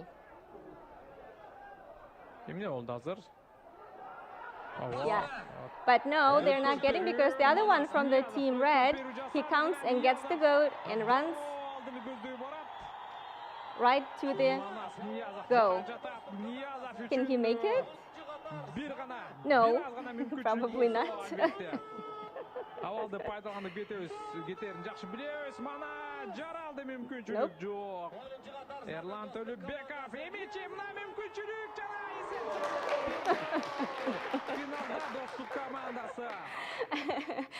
So this is the essence of Kokboru. Kokboru is a horseback game where two teams compete over a carcass of a dead goat, and then they try to put it into the goal of the opposing team. So this is the modern version that we know now. And there are Kokboru is known by different names. This is not only, we know it as Kokboru, as ulak tartış, goat dragging, torpok tartış, it's a calf dragging. Sometimes they use the carcass of a dead calf, a baby cow. And then alamanulak, it's mass or crowd goat dragging. And jerulak, it is ground goat dragging. So as you can see from the video, it's a very fast, high-paced, physically demanding, high-risk game when players play on the back of the horse. And it's not only played in Kyrgyzstan, but also among other Central Asian people and general Turkic people. So the objective is to score the goal, and the team that scores the most goals becomes the winner of the game. And initially, it was a warrior training practices. There are several narratives as to the origins and history of the game itself. However, many scholars agree, and the community itself, that it was a warrior training practice that gradually grew into a form of traditional recreation. And today, it's turning into a professional sport that is played on specially prepared stadiums or standardized hippodromes with rules and procedures. However, so today, what the modern day Kogburu, certainly as a living heritage, it has evolved through time. Certainly it's not, so that today's contemporary version, as we know it, as the international level know it, it is a standard game with standard rules and procedures. There are 12 players in one team, 12 players and 12 horses. So they have roles. It's just not like a chaotic game where like 4 people get together and then start dragging the goat. No, there is tactic, there is strategy. There are like blockers or defenders. There is the sprinters and the midfielders and the captain. They all have their responsibilities, their roles to play. So, and then there is a federation. There is an International Federation of Gokboru. I think there are 16 countries in the International Federation. There is the National Federation of Kyrgyzstan, and also there are provincial or regional federations as well. So they have produced a book. It's quite an extensive one with all the rules and all the procedures. And so this is one of the teams. As you can see, they have all the uniforms, horses, so traditionally, of course, nobody had any uniforms. However, since it's becoming standardized sport, they have to define who belongs to which team. So they have their like numbers, they have their attire, special attire, and it needs to be non-violent, like without any spiky things, not to hurt the other players. So, and then as the players say themselves, there is no game without the horses. So horses are also the sportsmen or the highly skilled and trained sportsmen. And then the practitioners say that the 85% of the success of the game depends on the horses. So without the horse, the player cannot show his full potential, and there can be no game. So that's why, and then there is a different story about the horses, because some of these horses, their prices go up to $100,000, because each of the horse, they say, is talented or like spiritually gifted, because not any horse can play this game, because some horses can get very scared when they see the goal, or like when they see the cheering or the shouting. So these horses, they're trained. However, when they get into the game, they know their roles. So for example, if it's the sprinter who picks up the goat, then the horse feels it and then runs straight to the goal.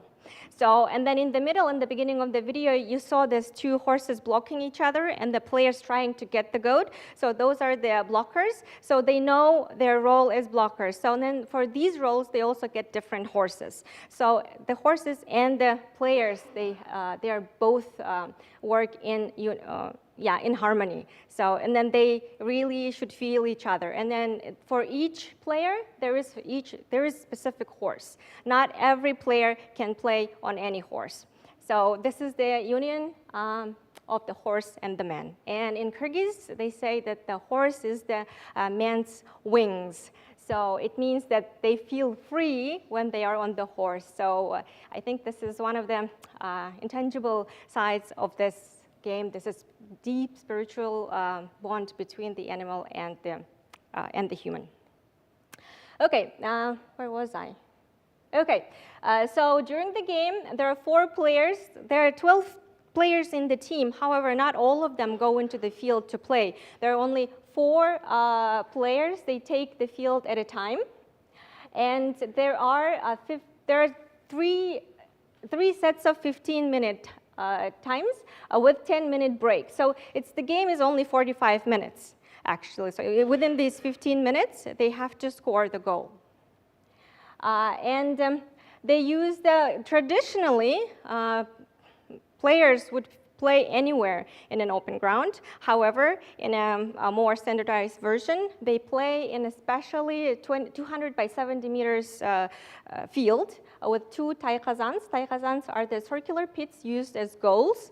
Traditionally, there were no goals. Of course, but after the independence of Kyrgyzstan from the Soviet Union in 1995, 1996, the rules of the game were more like standardized for like championship, for competitions. So that's when they came up with the idea to have this field. Of course, they got some idea from this is a football field downside. So this is, on the top, it's the field of Kogburu. And then there are like two ends. On two ends, you see these little red circles. These are the goalposts. And then these are the 8 players from each team by 4. So in here should be the goat. Okay, and then this is the goal. This is 2 meters, like it's the depth of the pit, and it's 4.5 meter to 1.2. So, and this was the modernized version. I think they adapted this for the World Nomad Games in 2014, because traditionally it was just built of mud and strengthened by truck tires. But this is assumed to be more traumatic, because when you hit the spit, it's hard, and then like there were lots of accidents when the players or the horses would break their limbs. So that's why they came up with a more softer and less high risk analogy. So wait, sorry. So this is the one that the federation is using now, and I think it's they cover it with the softer rubber, and I think this is better when they collide with the player.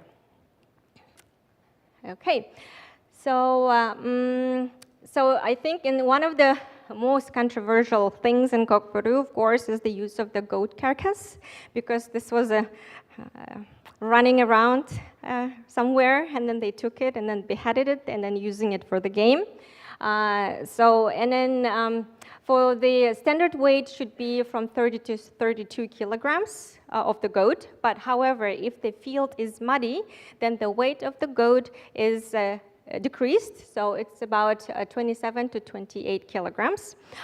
Sometime after the inscription of the game into the representative list, due to ethical reasons, Federation is introduced artificial carcass, and the weight of that should be 30 kilos. However, the traditional version of using the real goat carcass still prevails in the country today. And I will explain the reasons a little bit later. Okay, and as I told, there are already established federations. The National Federation, I think, was established in the 1990s, the early 1990s. And there are a lot of teams. It's just like football. It became so popular. There are clubs or teams, regional teams, national, and village teams, district teams, and then they all compete with each other and then come to meet during the championships at the national level. So it's very, very popular. And to say that the whole country plays, it's not an overstatement, because everyone in Kyrgyzstan, to some degree, plays Kogburu. Well, I don't, but now I love to watch it. So there are hundreds of teams across the country, and it is the highlight of the official tournaments, championships, and also family gatherings, festive events, village celebrations, sometimes even during the funerals, after the 1 year that the person has passed away, they give a big celebration, the remembrance celebration. So for that, they also have, on a communal level, play Kogburu. And for example, if some family has a son who was being long-awaited son, they also have a big celebration as a birthday gift, as a birthday celebration. So they also have the game, and then the whole village community comes together. They have prizes, and then they play. So it's like a big thing for on a community level, on the social level for the people of Kyrgyzstan. So this is the carcass of the goat. As you see, when they behead it, they tie it up, and it looks just like a real thing without legs and head. And this is the artificial one made of plastic rubber. But it is a little bit less convenient to play because this is not as soft as the real one. Okay, and however, traditionally, it wasn't as I described here right now. Traditionally, it was just a community or a village getting together and playing kokboru, and then they wouldn't have the goals. They would just take the goat and then drop it at the doorsteps of a community elder or respected person or a wealthy person. And then that person, it was a sign of respect. So that person who got the goat as a courtesy would give the prize or a present or have a meal next week or something like this. So traditionally, the form of the game was like that. However, today, the tradition, and then today, we also have the traditional version, but it's a slightly transformed. It's called Alamanulak, which is like where crowd goat dragging or mass goat dragging sometimes. Anyone can play in this, from amateurs to professionals, also at the communal or the village or district level, and up to 3,000 to 4,000 people gather. So it's a game of 4,000 horses and men competing over a goat. It's a very spectacular. One goat, yes. Or sometimes an Alamanulak, because like there are lots of people, so the goat might be too small, so that's why they use the carcass of a calf, a baby cow, which can weigh up to 120 kilograms. 120, yes. Yeah. And it's a very popular, Alamanulak is a very popular form of traditional gokbaru that is played today. And so when they organize this, the communities, the families, or village council, whoever wants to have the game, they can organize it. And then they set, for example, say whoever brings twice the goat within like 10 minutes, and then has this price. So they have sometimes as a price like cars, horses, camels, washing machines, phones, computers, like the prices can be different. And then, so that's why there are a lot of people who are come to play. So the goat carcass, as I already told, is used in Alamanulak is a little bit heavier. So the standard size is about 40 kilograms, but sometimes, most of the time, they use the calf carcass, which is like from 80 to 120 kilograms. It's quite heavy. It's very heavy.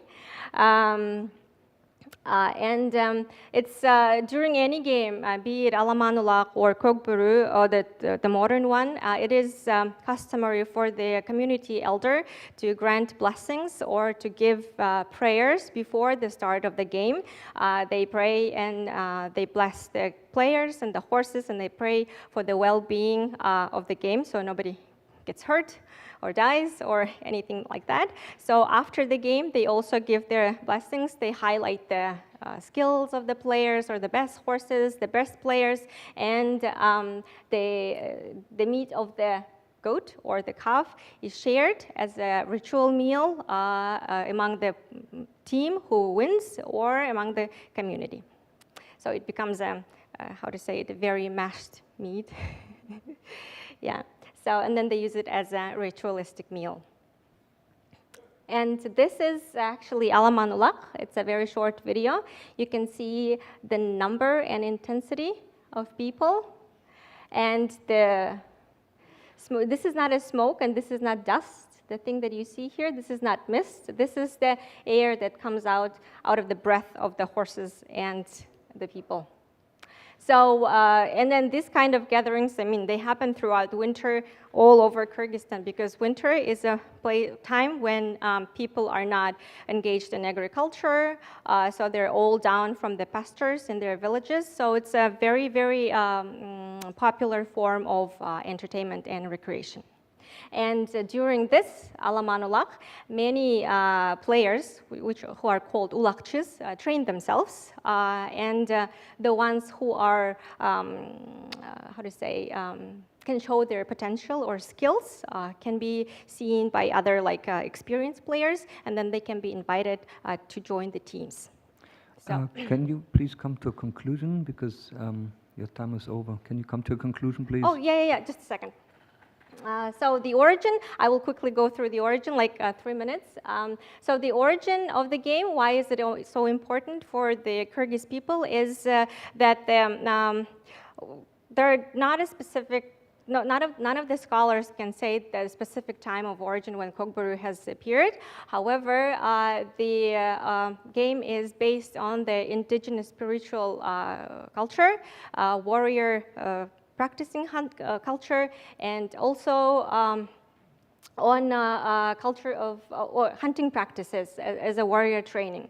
So the word Kokboru means blue wolf, where Kok is blue and Boru is wolf. So Boru as a wolf is considered to be a totem animal of Kyrgyz people, and then because it's believed to have this strength, leadership skills, and also as a messenger of the sky god Tengri. So that's why a wolf is considered to be one of the sacred animals for the Kyrgyz people. So I don't really want to go into the explaining more about the meaning. So here we have, well, when it comes to martial art in our community level, there are not concerns, but discussion about whether Kokboru can be considered as a martial art. In a traditional sense, as a system devised for hand-in-hand combat or self-defense, maybe not, because it's traditionally being used as a game. But however, looking at the origin of the game as a method of training for warriors, then the level of physical training that it required, and then the emphasis that it put on discipline and teamwork, and then Kokboru, as you've seen, does have the players and the horses should have combat-like skills. So in that sense, it does have qualities akin to those of the martial arts. So my last 2 slides. So of course, there are lots of controversies around this game. Even during the inscription process, there were some. So in the picture, you see a horse, and one of the biggest concerns is the ethical reasons, principles. Why do people use the goat and the horse? Because the arguments are that they have not chosen to be part of this game, and they have not chosen to be at risk during the game. If the human being can choose to be a player, the animals are not chosen to be the players. So, however, according to the community members, they say that, as I've told you already, there is no game without the horse, and then the horses are a valuable part of the game. And then they do take care of their horses, and they train them well, and they actually take a very good care of these of the horses, because they go under the veterinary medical checkups all the time, and on the professional level, the horses play only 3 times a year. The rest of the time, they have their deserved rest.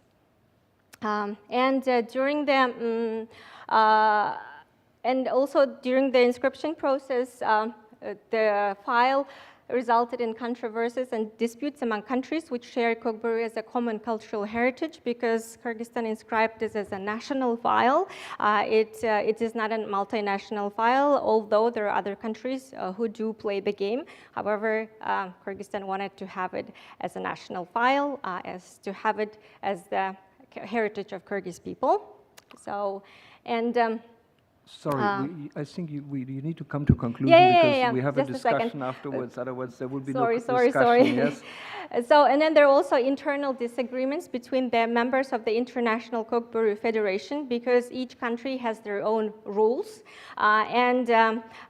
over whether to use the live carcass or the artificial one, to have the taikazan or not. And usually these disputes arise between Kyrgyzstan and Kazakhstan because these two countries are the leaders in the international arena.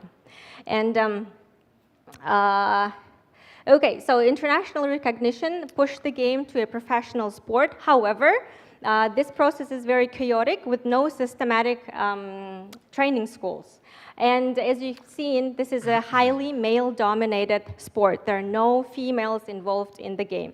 So the gender imbalance over commercialization after being widely being popular in international arena after the inscription are becoming the main challenges. But the challenge is not in the popularity, in the promotion, however, in maintaining its traditional origins and overcoming the disputes between the members of the federation, and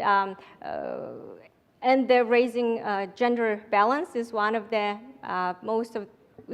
challenges. And there is a big question whether the federation or the community will be able to overcome these challenges. So this is it. Sorry for taking the time. Yes, thank you. Thank you so much for your attention.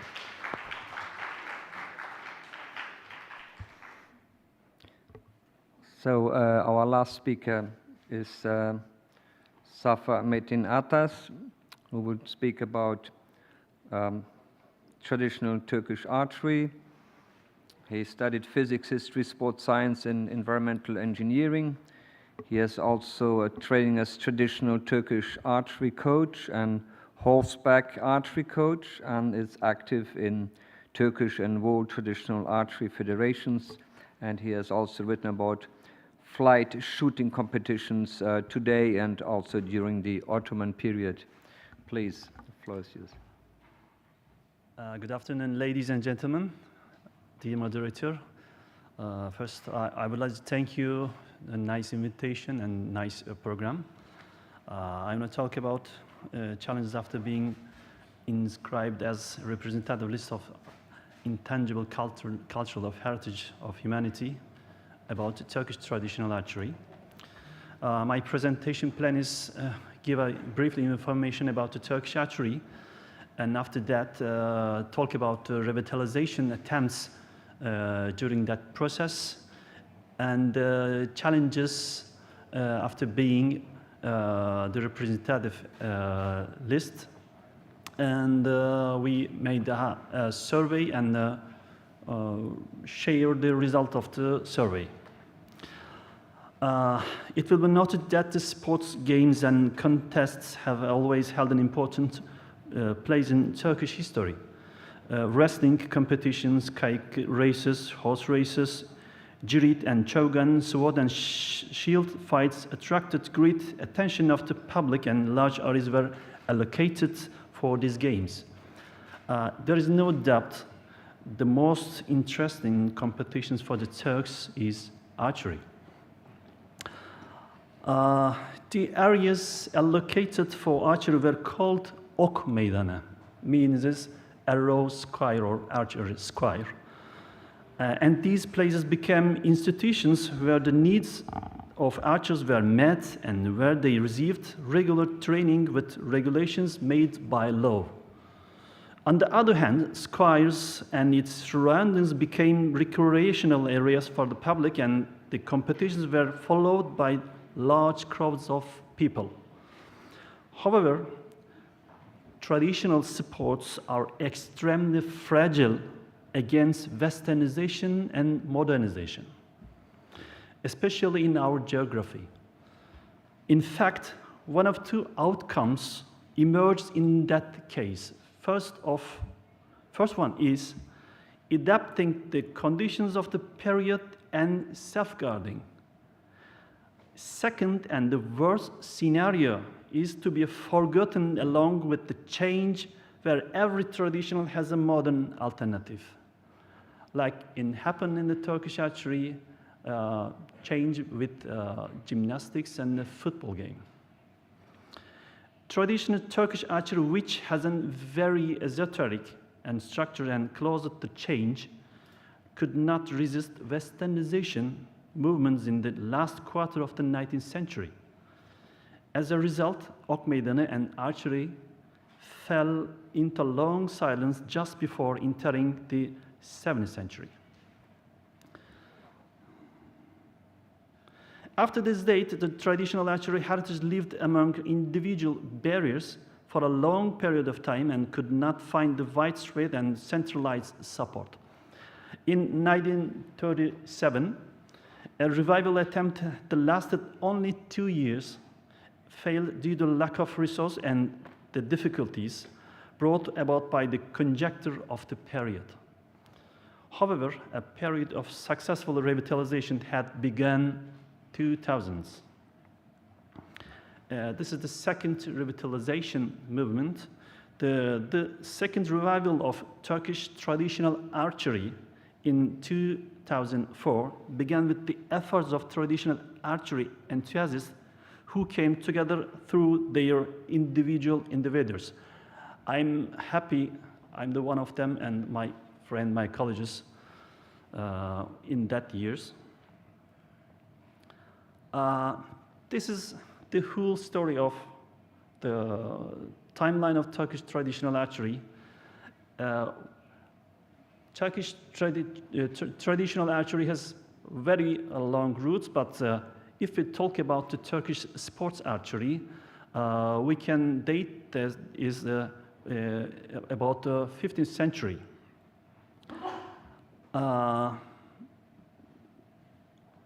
In 1895, we can talk about the termination of organized activities and driven eager and persistent revitalization, the heritage, this group's efforts led to a series of successive achievements. Subsequently, the Okçular Vakfı, the Archers Foundation, which began its activities in 2013 at the Istanbul Ok Meydanı Archers Lodge, restored with the support of the central government, quickly became a leading institution for the traditional archery in the country. And February 2017, driven by this progress, the traditional archers numbered in the thousands by 2017, united under various associations and unions, advocate the inclusion of traditional Turkish archery into the UNESCO ICH representative list. In February 2019, another desire of archers to have a national sports federation like other sports branches in the country. Expectation of traditional archers was fulfilled with the establishment of the Turkish Traditional Archery Federation in 2019. Same year, at the 14th session of the Intergovernmental Committee hosted by the Colombia in December, Turkey's application was discussed and it was decided to register traditional Turkish archery in the UNESCO ICH representative list. This decision was, of course, recorded as one of the milestones of the Turkish traditional archery heritage. All of these developments were reflected in the enormous numbers of registered archers in a very short time. Just 5 years later, our licensed archers, nearly 22,000, and nearly half of is women. Active sports, active athletes, active means is compete in the yearly competitions. It's about more than 9,000. And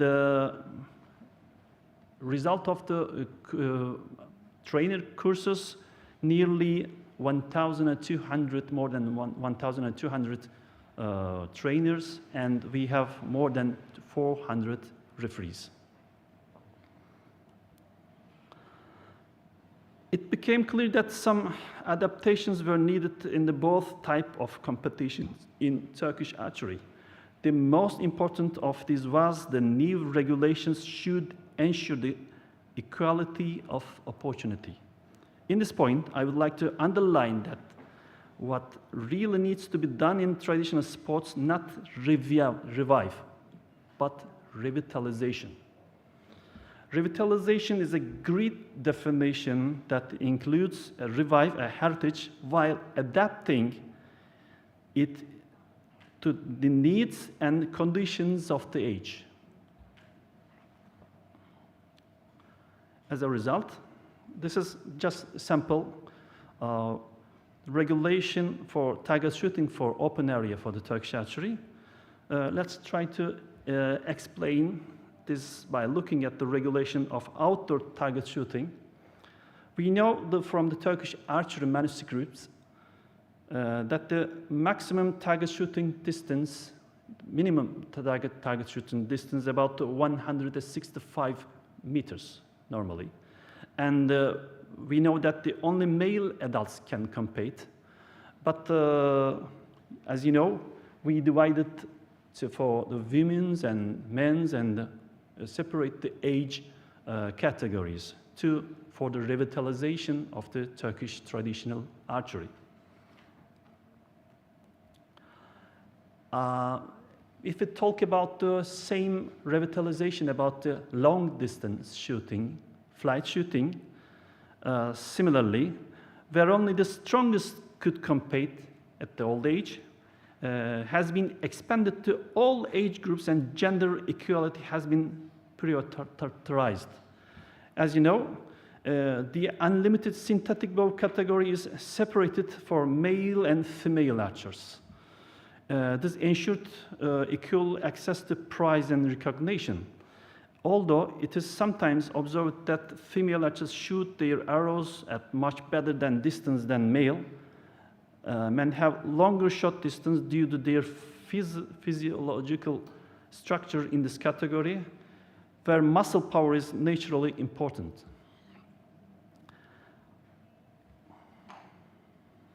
As you know, we have two categories for unlimited category and limited category.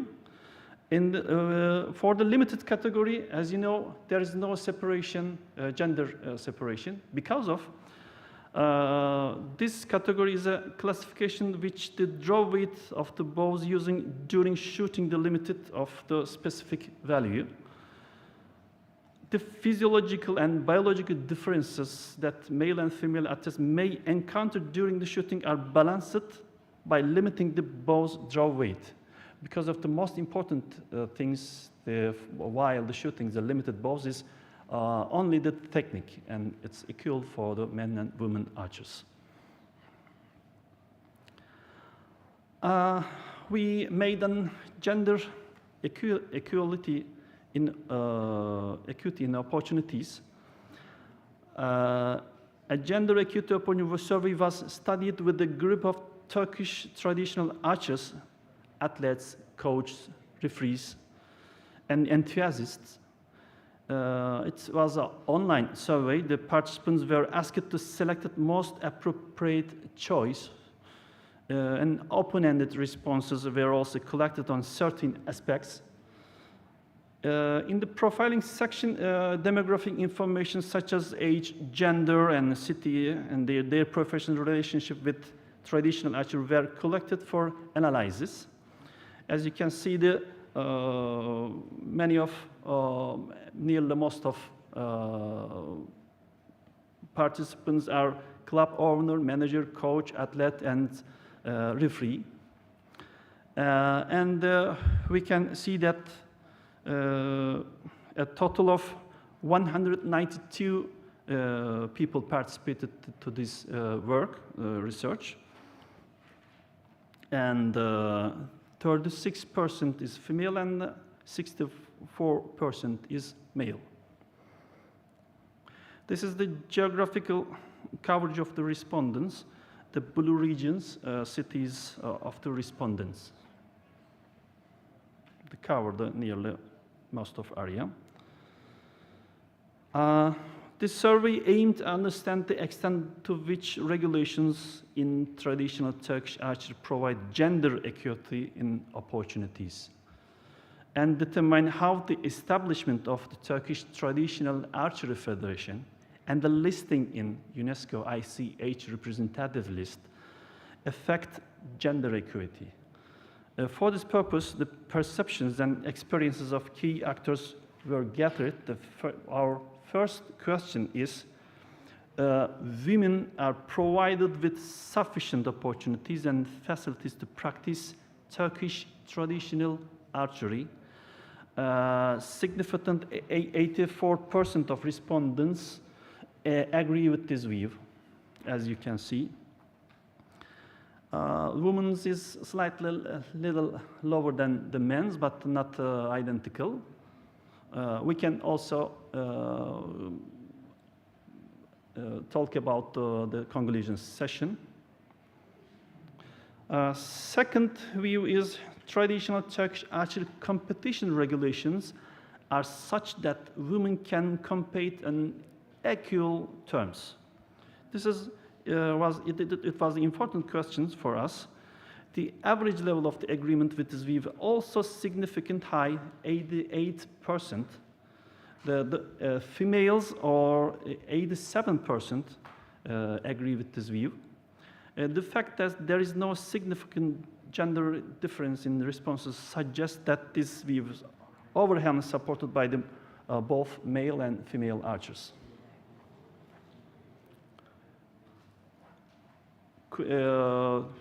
Third question is, Turkish Traditional Archery Federation make a positive contribution to women's access and equal participation in traditional archery? Consistent with the first two responses, 80% of respondents agreed that the influence of the Turkish Traditional Archery Federations responsible for regulations is positive. Sorry. Again, the women archers is 9% lower than the male archers. By the way, we asked 7 questions. It is the fourth one. It is important for us the inclusion of traditional Turkish archery on the UNESCO representative list of ICH of humanity has contributed positively to women's access and equal participation in traditional archery. It is highlighted that nearly a quarter of the respondents has no idea, has no response. As you can see, neutral or no opinion. Yes, we can see that the result is positive, but it is important for us to understand what happened. The quarter of the respondents has no idea about the UNESCO ICH representative list. We will discuss later. Yes, fifth questions. It's another important question. Have you ever experienced felt negative discrimination in traditional Turkish archery because of your gender? Significant majority of the participants reported they had never been subjected to felt negative discrimination because of the gender, is nearly 65%. Sorry. The issue where women reported experiencing discrimination the most was the underrepresentation in sports management. It's about 25%. We know that as a Turkish Traditional Archery Federation. This was followed by the complaint that the sports performance is underestimated. It's about 20%. And when we work on the open-ended respondents, in the other section, the local sports administration preference to work with most male coaches is the most important highlighted open-ended response. And the second one is the club's composition of the competition teams with the predominance of male athletes. The second one, the claim that there is no perception that male coaches are more knowledgeable. And the last one is the lack of a special working area for women in sports facilities. Very less respondents, but it is important to collect and to warn about that. Another question, before the last, about have you ever experienced or felt positive discrimination in traditional archery because of your gender? Nearly all of is say no about that. By the way, all respondents knows they are totally anonymous survey. And the last question is, to what extent the inclusion of traditional Turkish archery in the UNESCO representative list has affected Turkish Traditional Archery Federation's activities and decisions based on gender equality in sport? Half of the respondents think that UNESCO ICH listing has no impact on Turkish Traditional Archery Federation's activities related to gender equality. The rate is the same for both male and female respondents, as you know. It is shed some light for us for maybe we can talk about, yes, Turkish Traditional Archery Federation included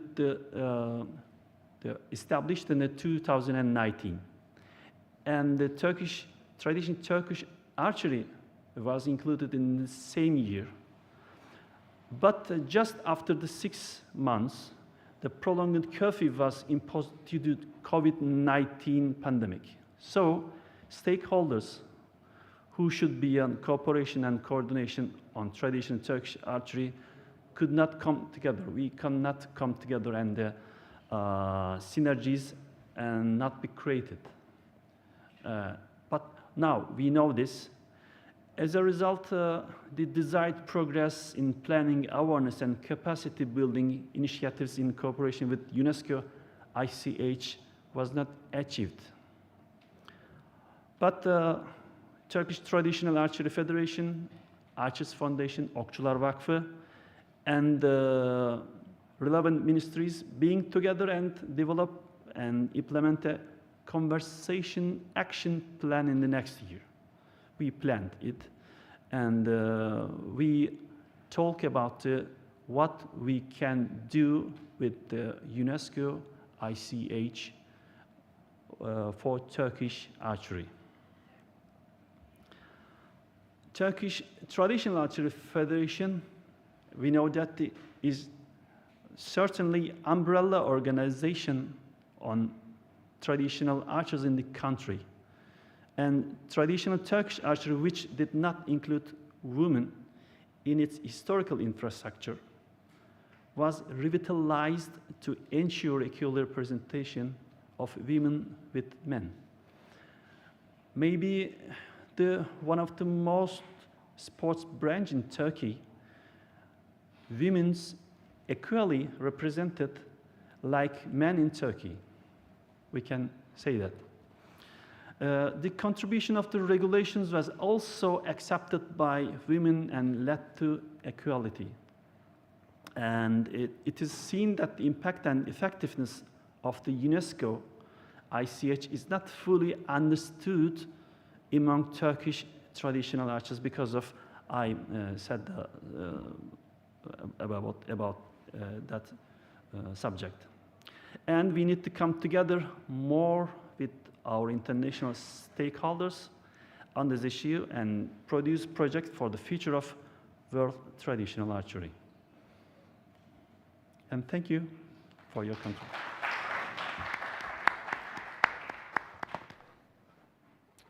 Right, thank you very much for this presentation. So I think now we're inviting all the speakers to come here, yes? We have, until what time do we have for this session? What's the limit?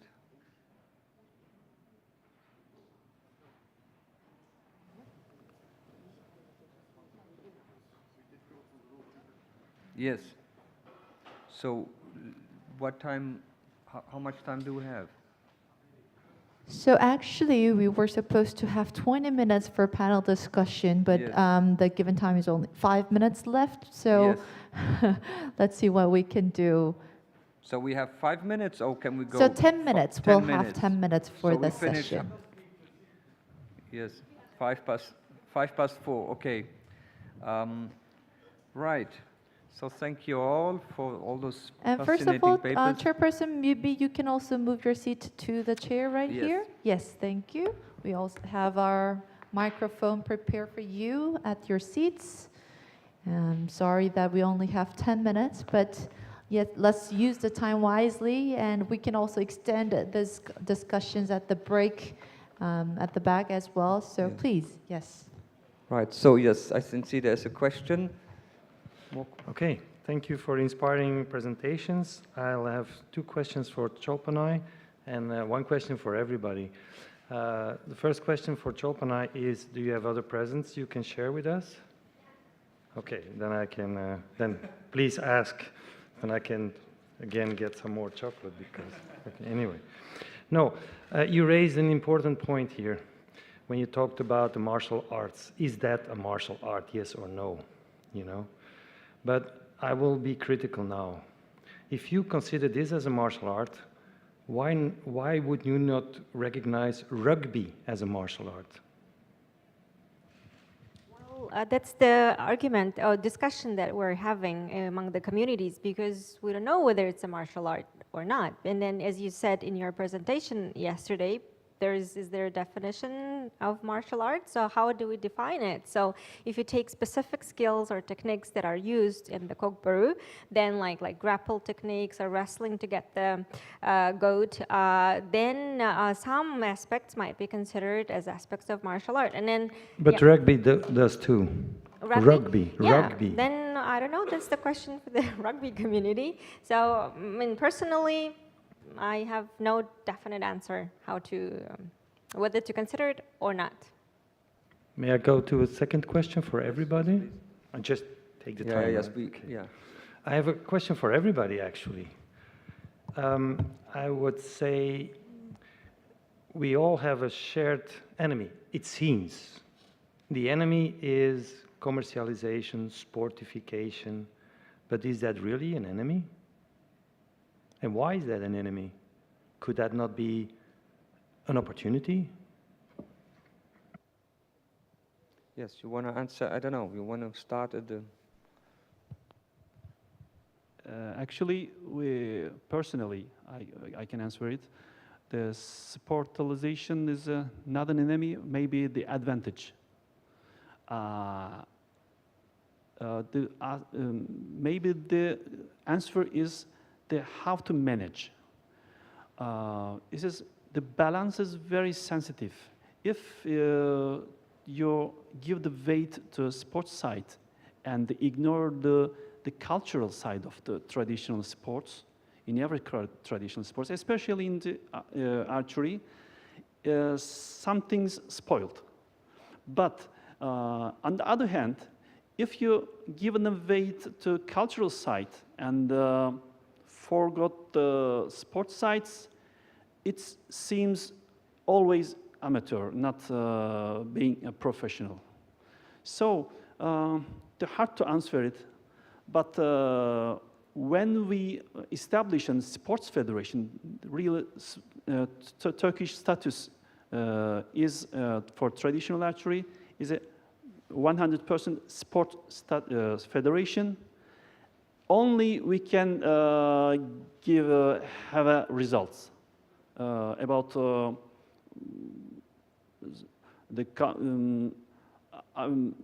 archers and trainers and growing after being a sports federation.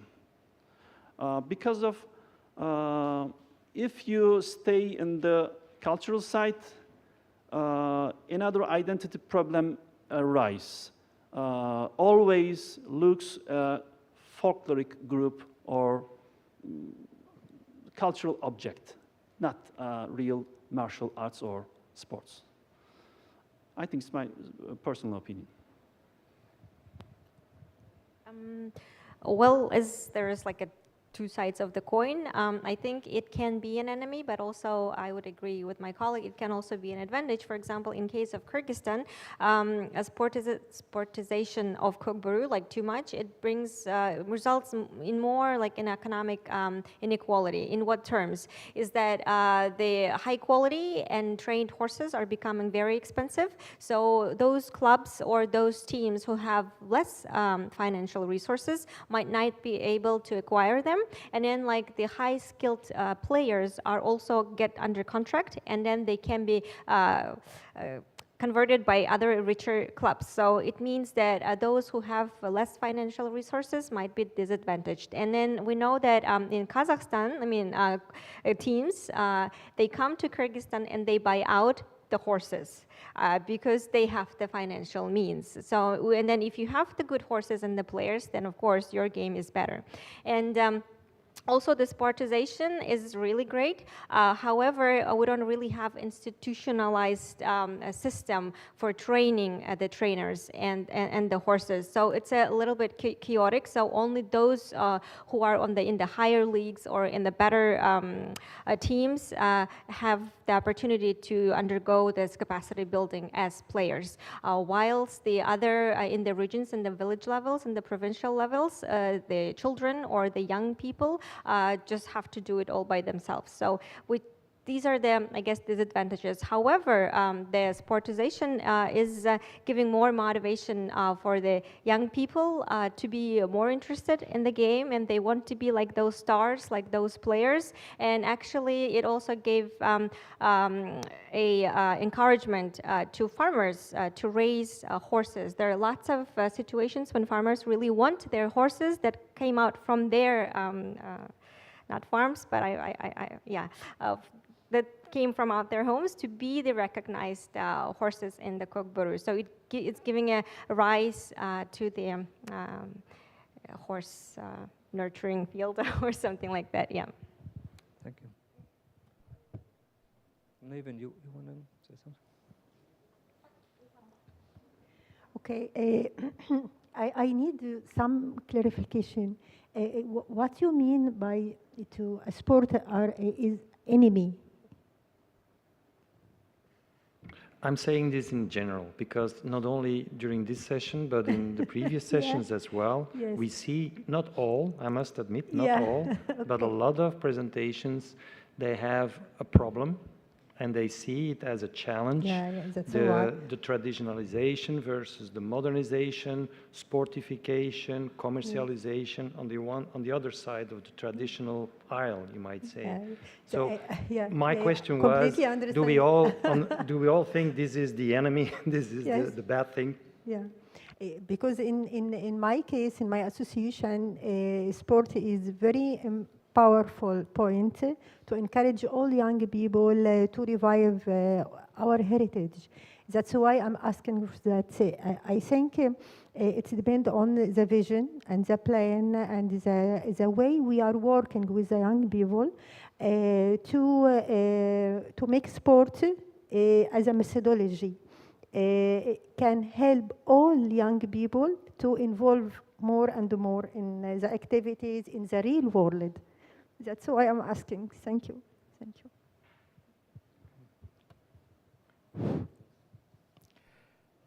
Okay. I will try to be very short.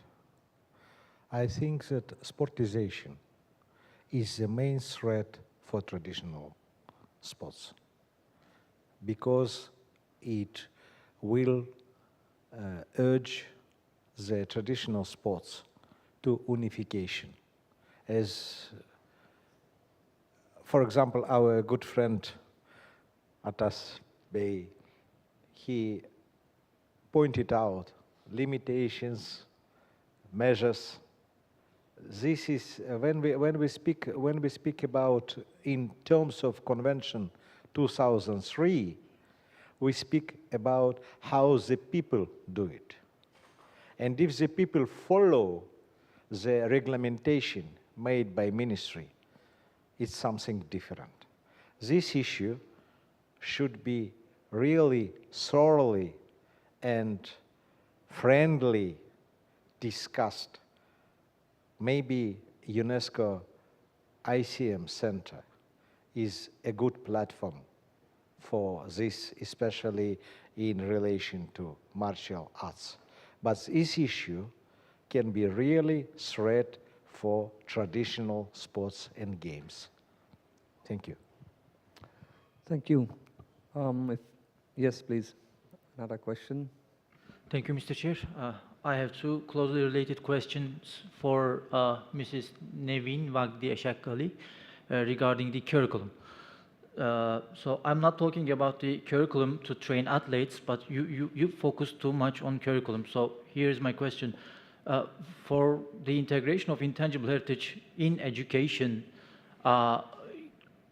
curriculum is a risk in terms of it might bring along the risk of standardization or fixing of element when you think about the dynamic or living nature of intangible heritage. So how do you address the risk? Thanks for question. Our curriculum, we put it in a cooperation with our teachers and according our study map every year. So we implement our curriculum in schools, at schools and at cultural center. So it's at different times and at different maps. We implement in according student map inside the schools and according the cultural development centers times. But in our schools, just for our students, in the communities, for all the communities. Sure, we have difficulties in the community sometimes to implement all the activities inside the curriculum.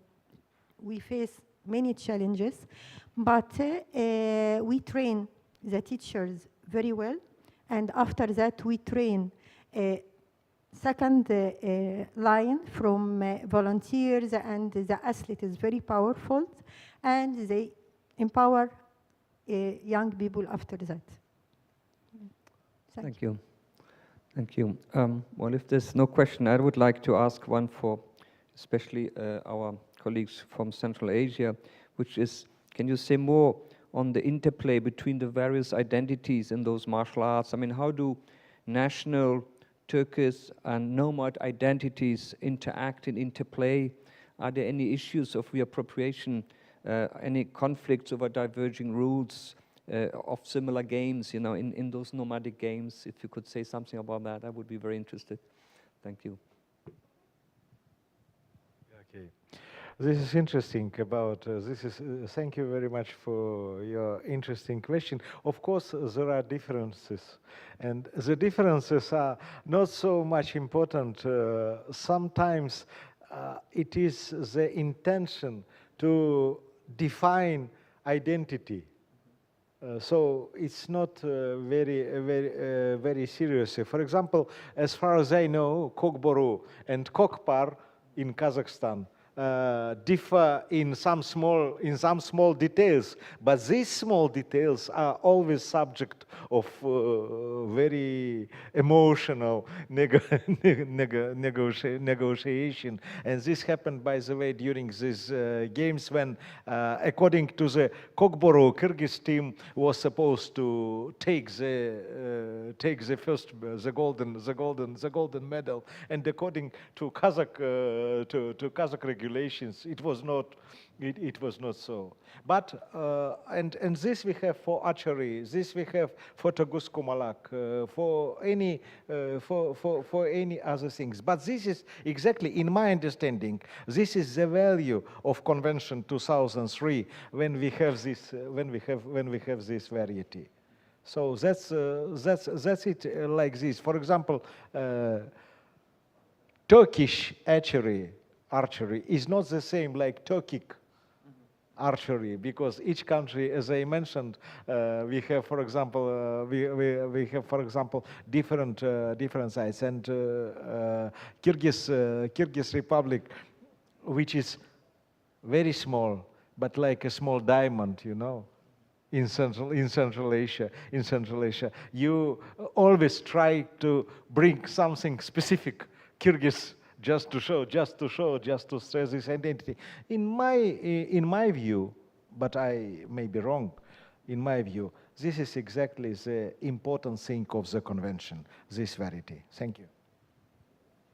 But you may wish to add.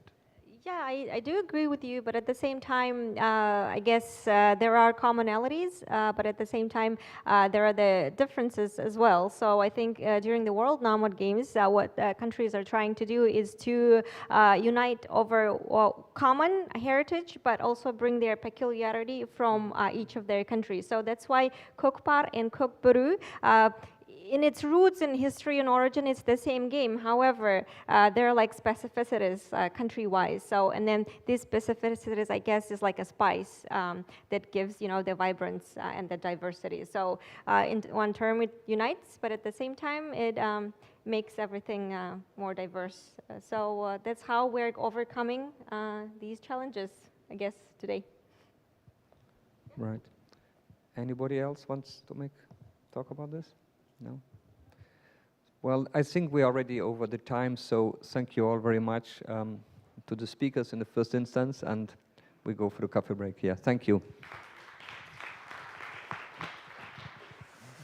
Yes, thank you very much, but we can extend this conversation.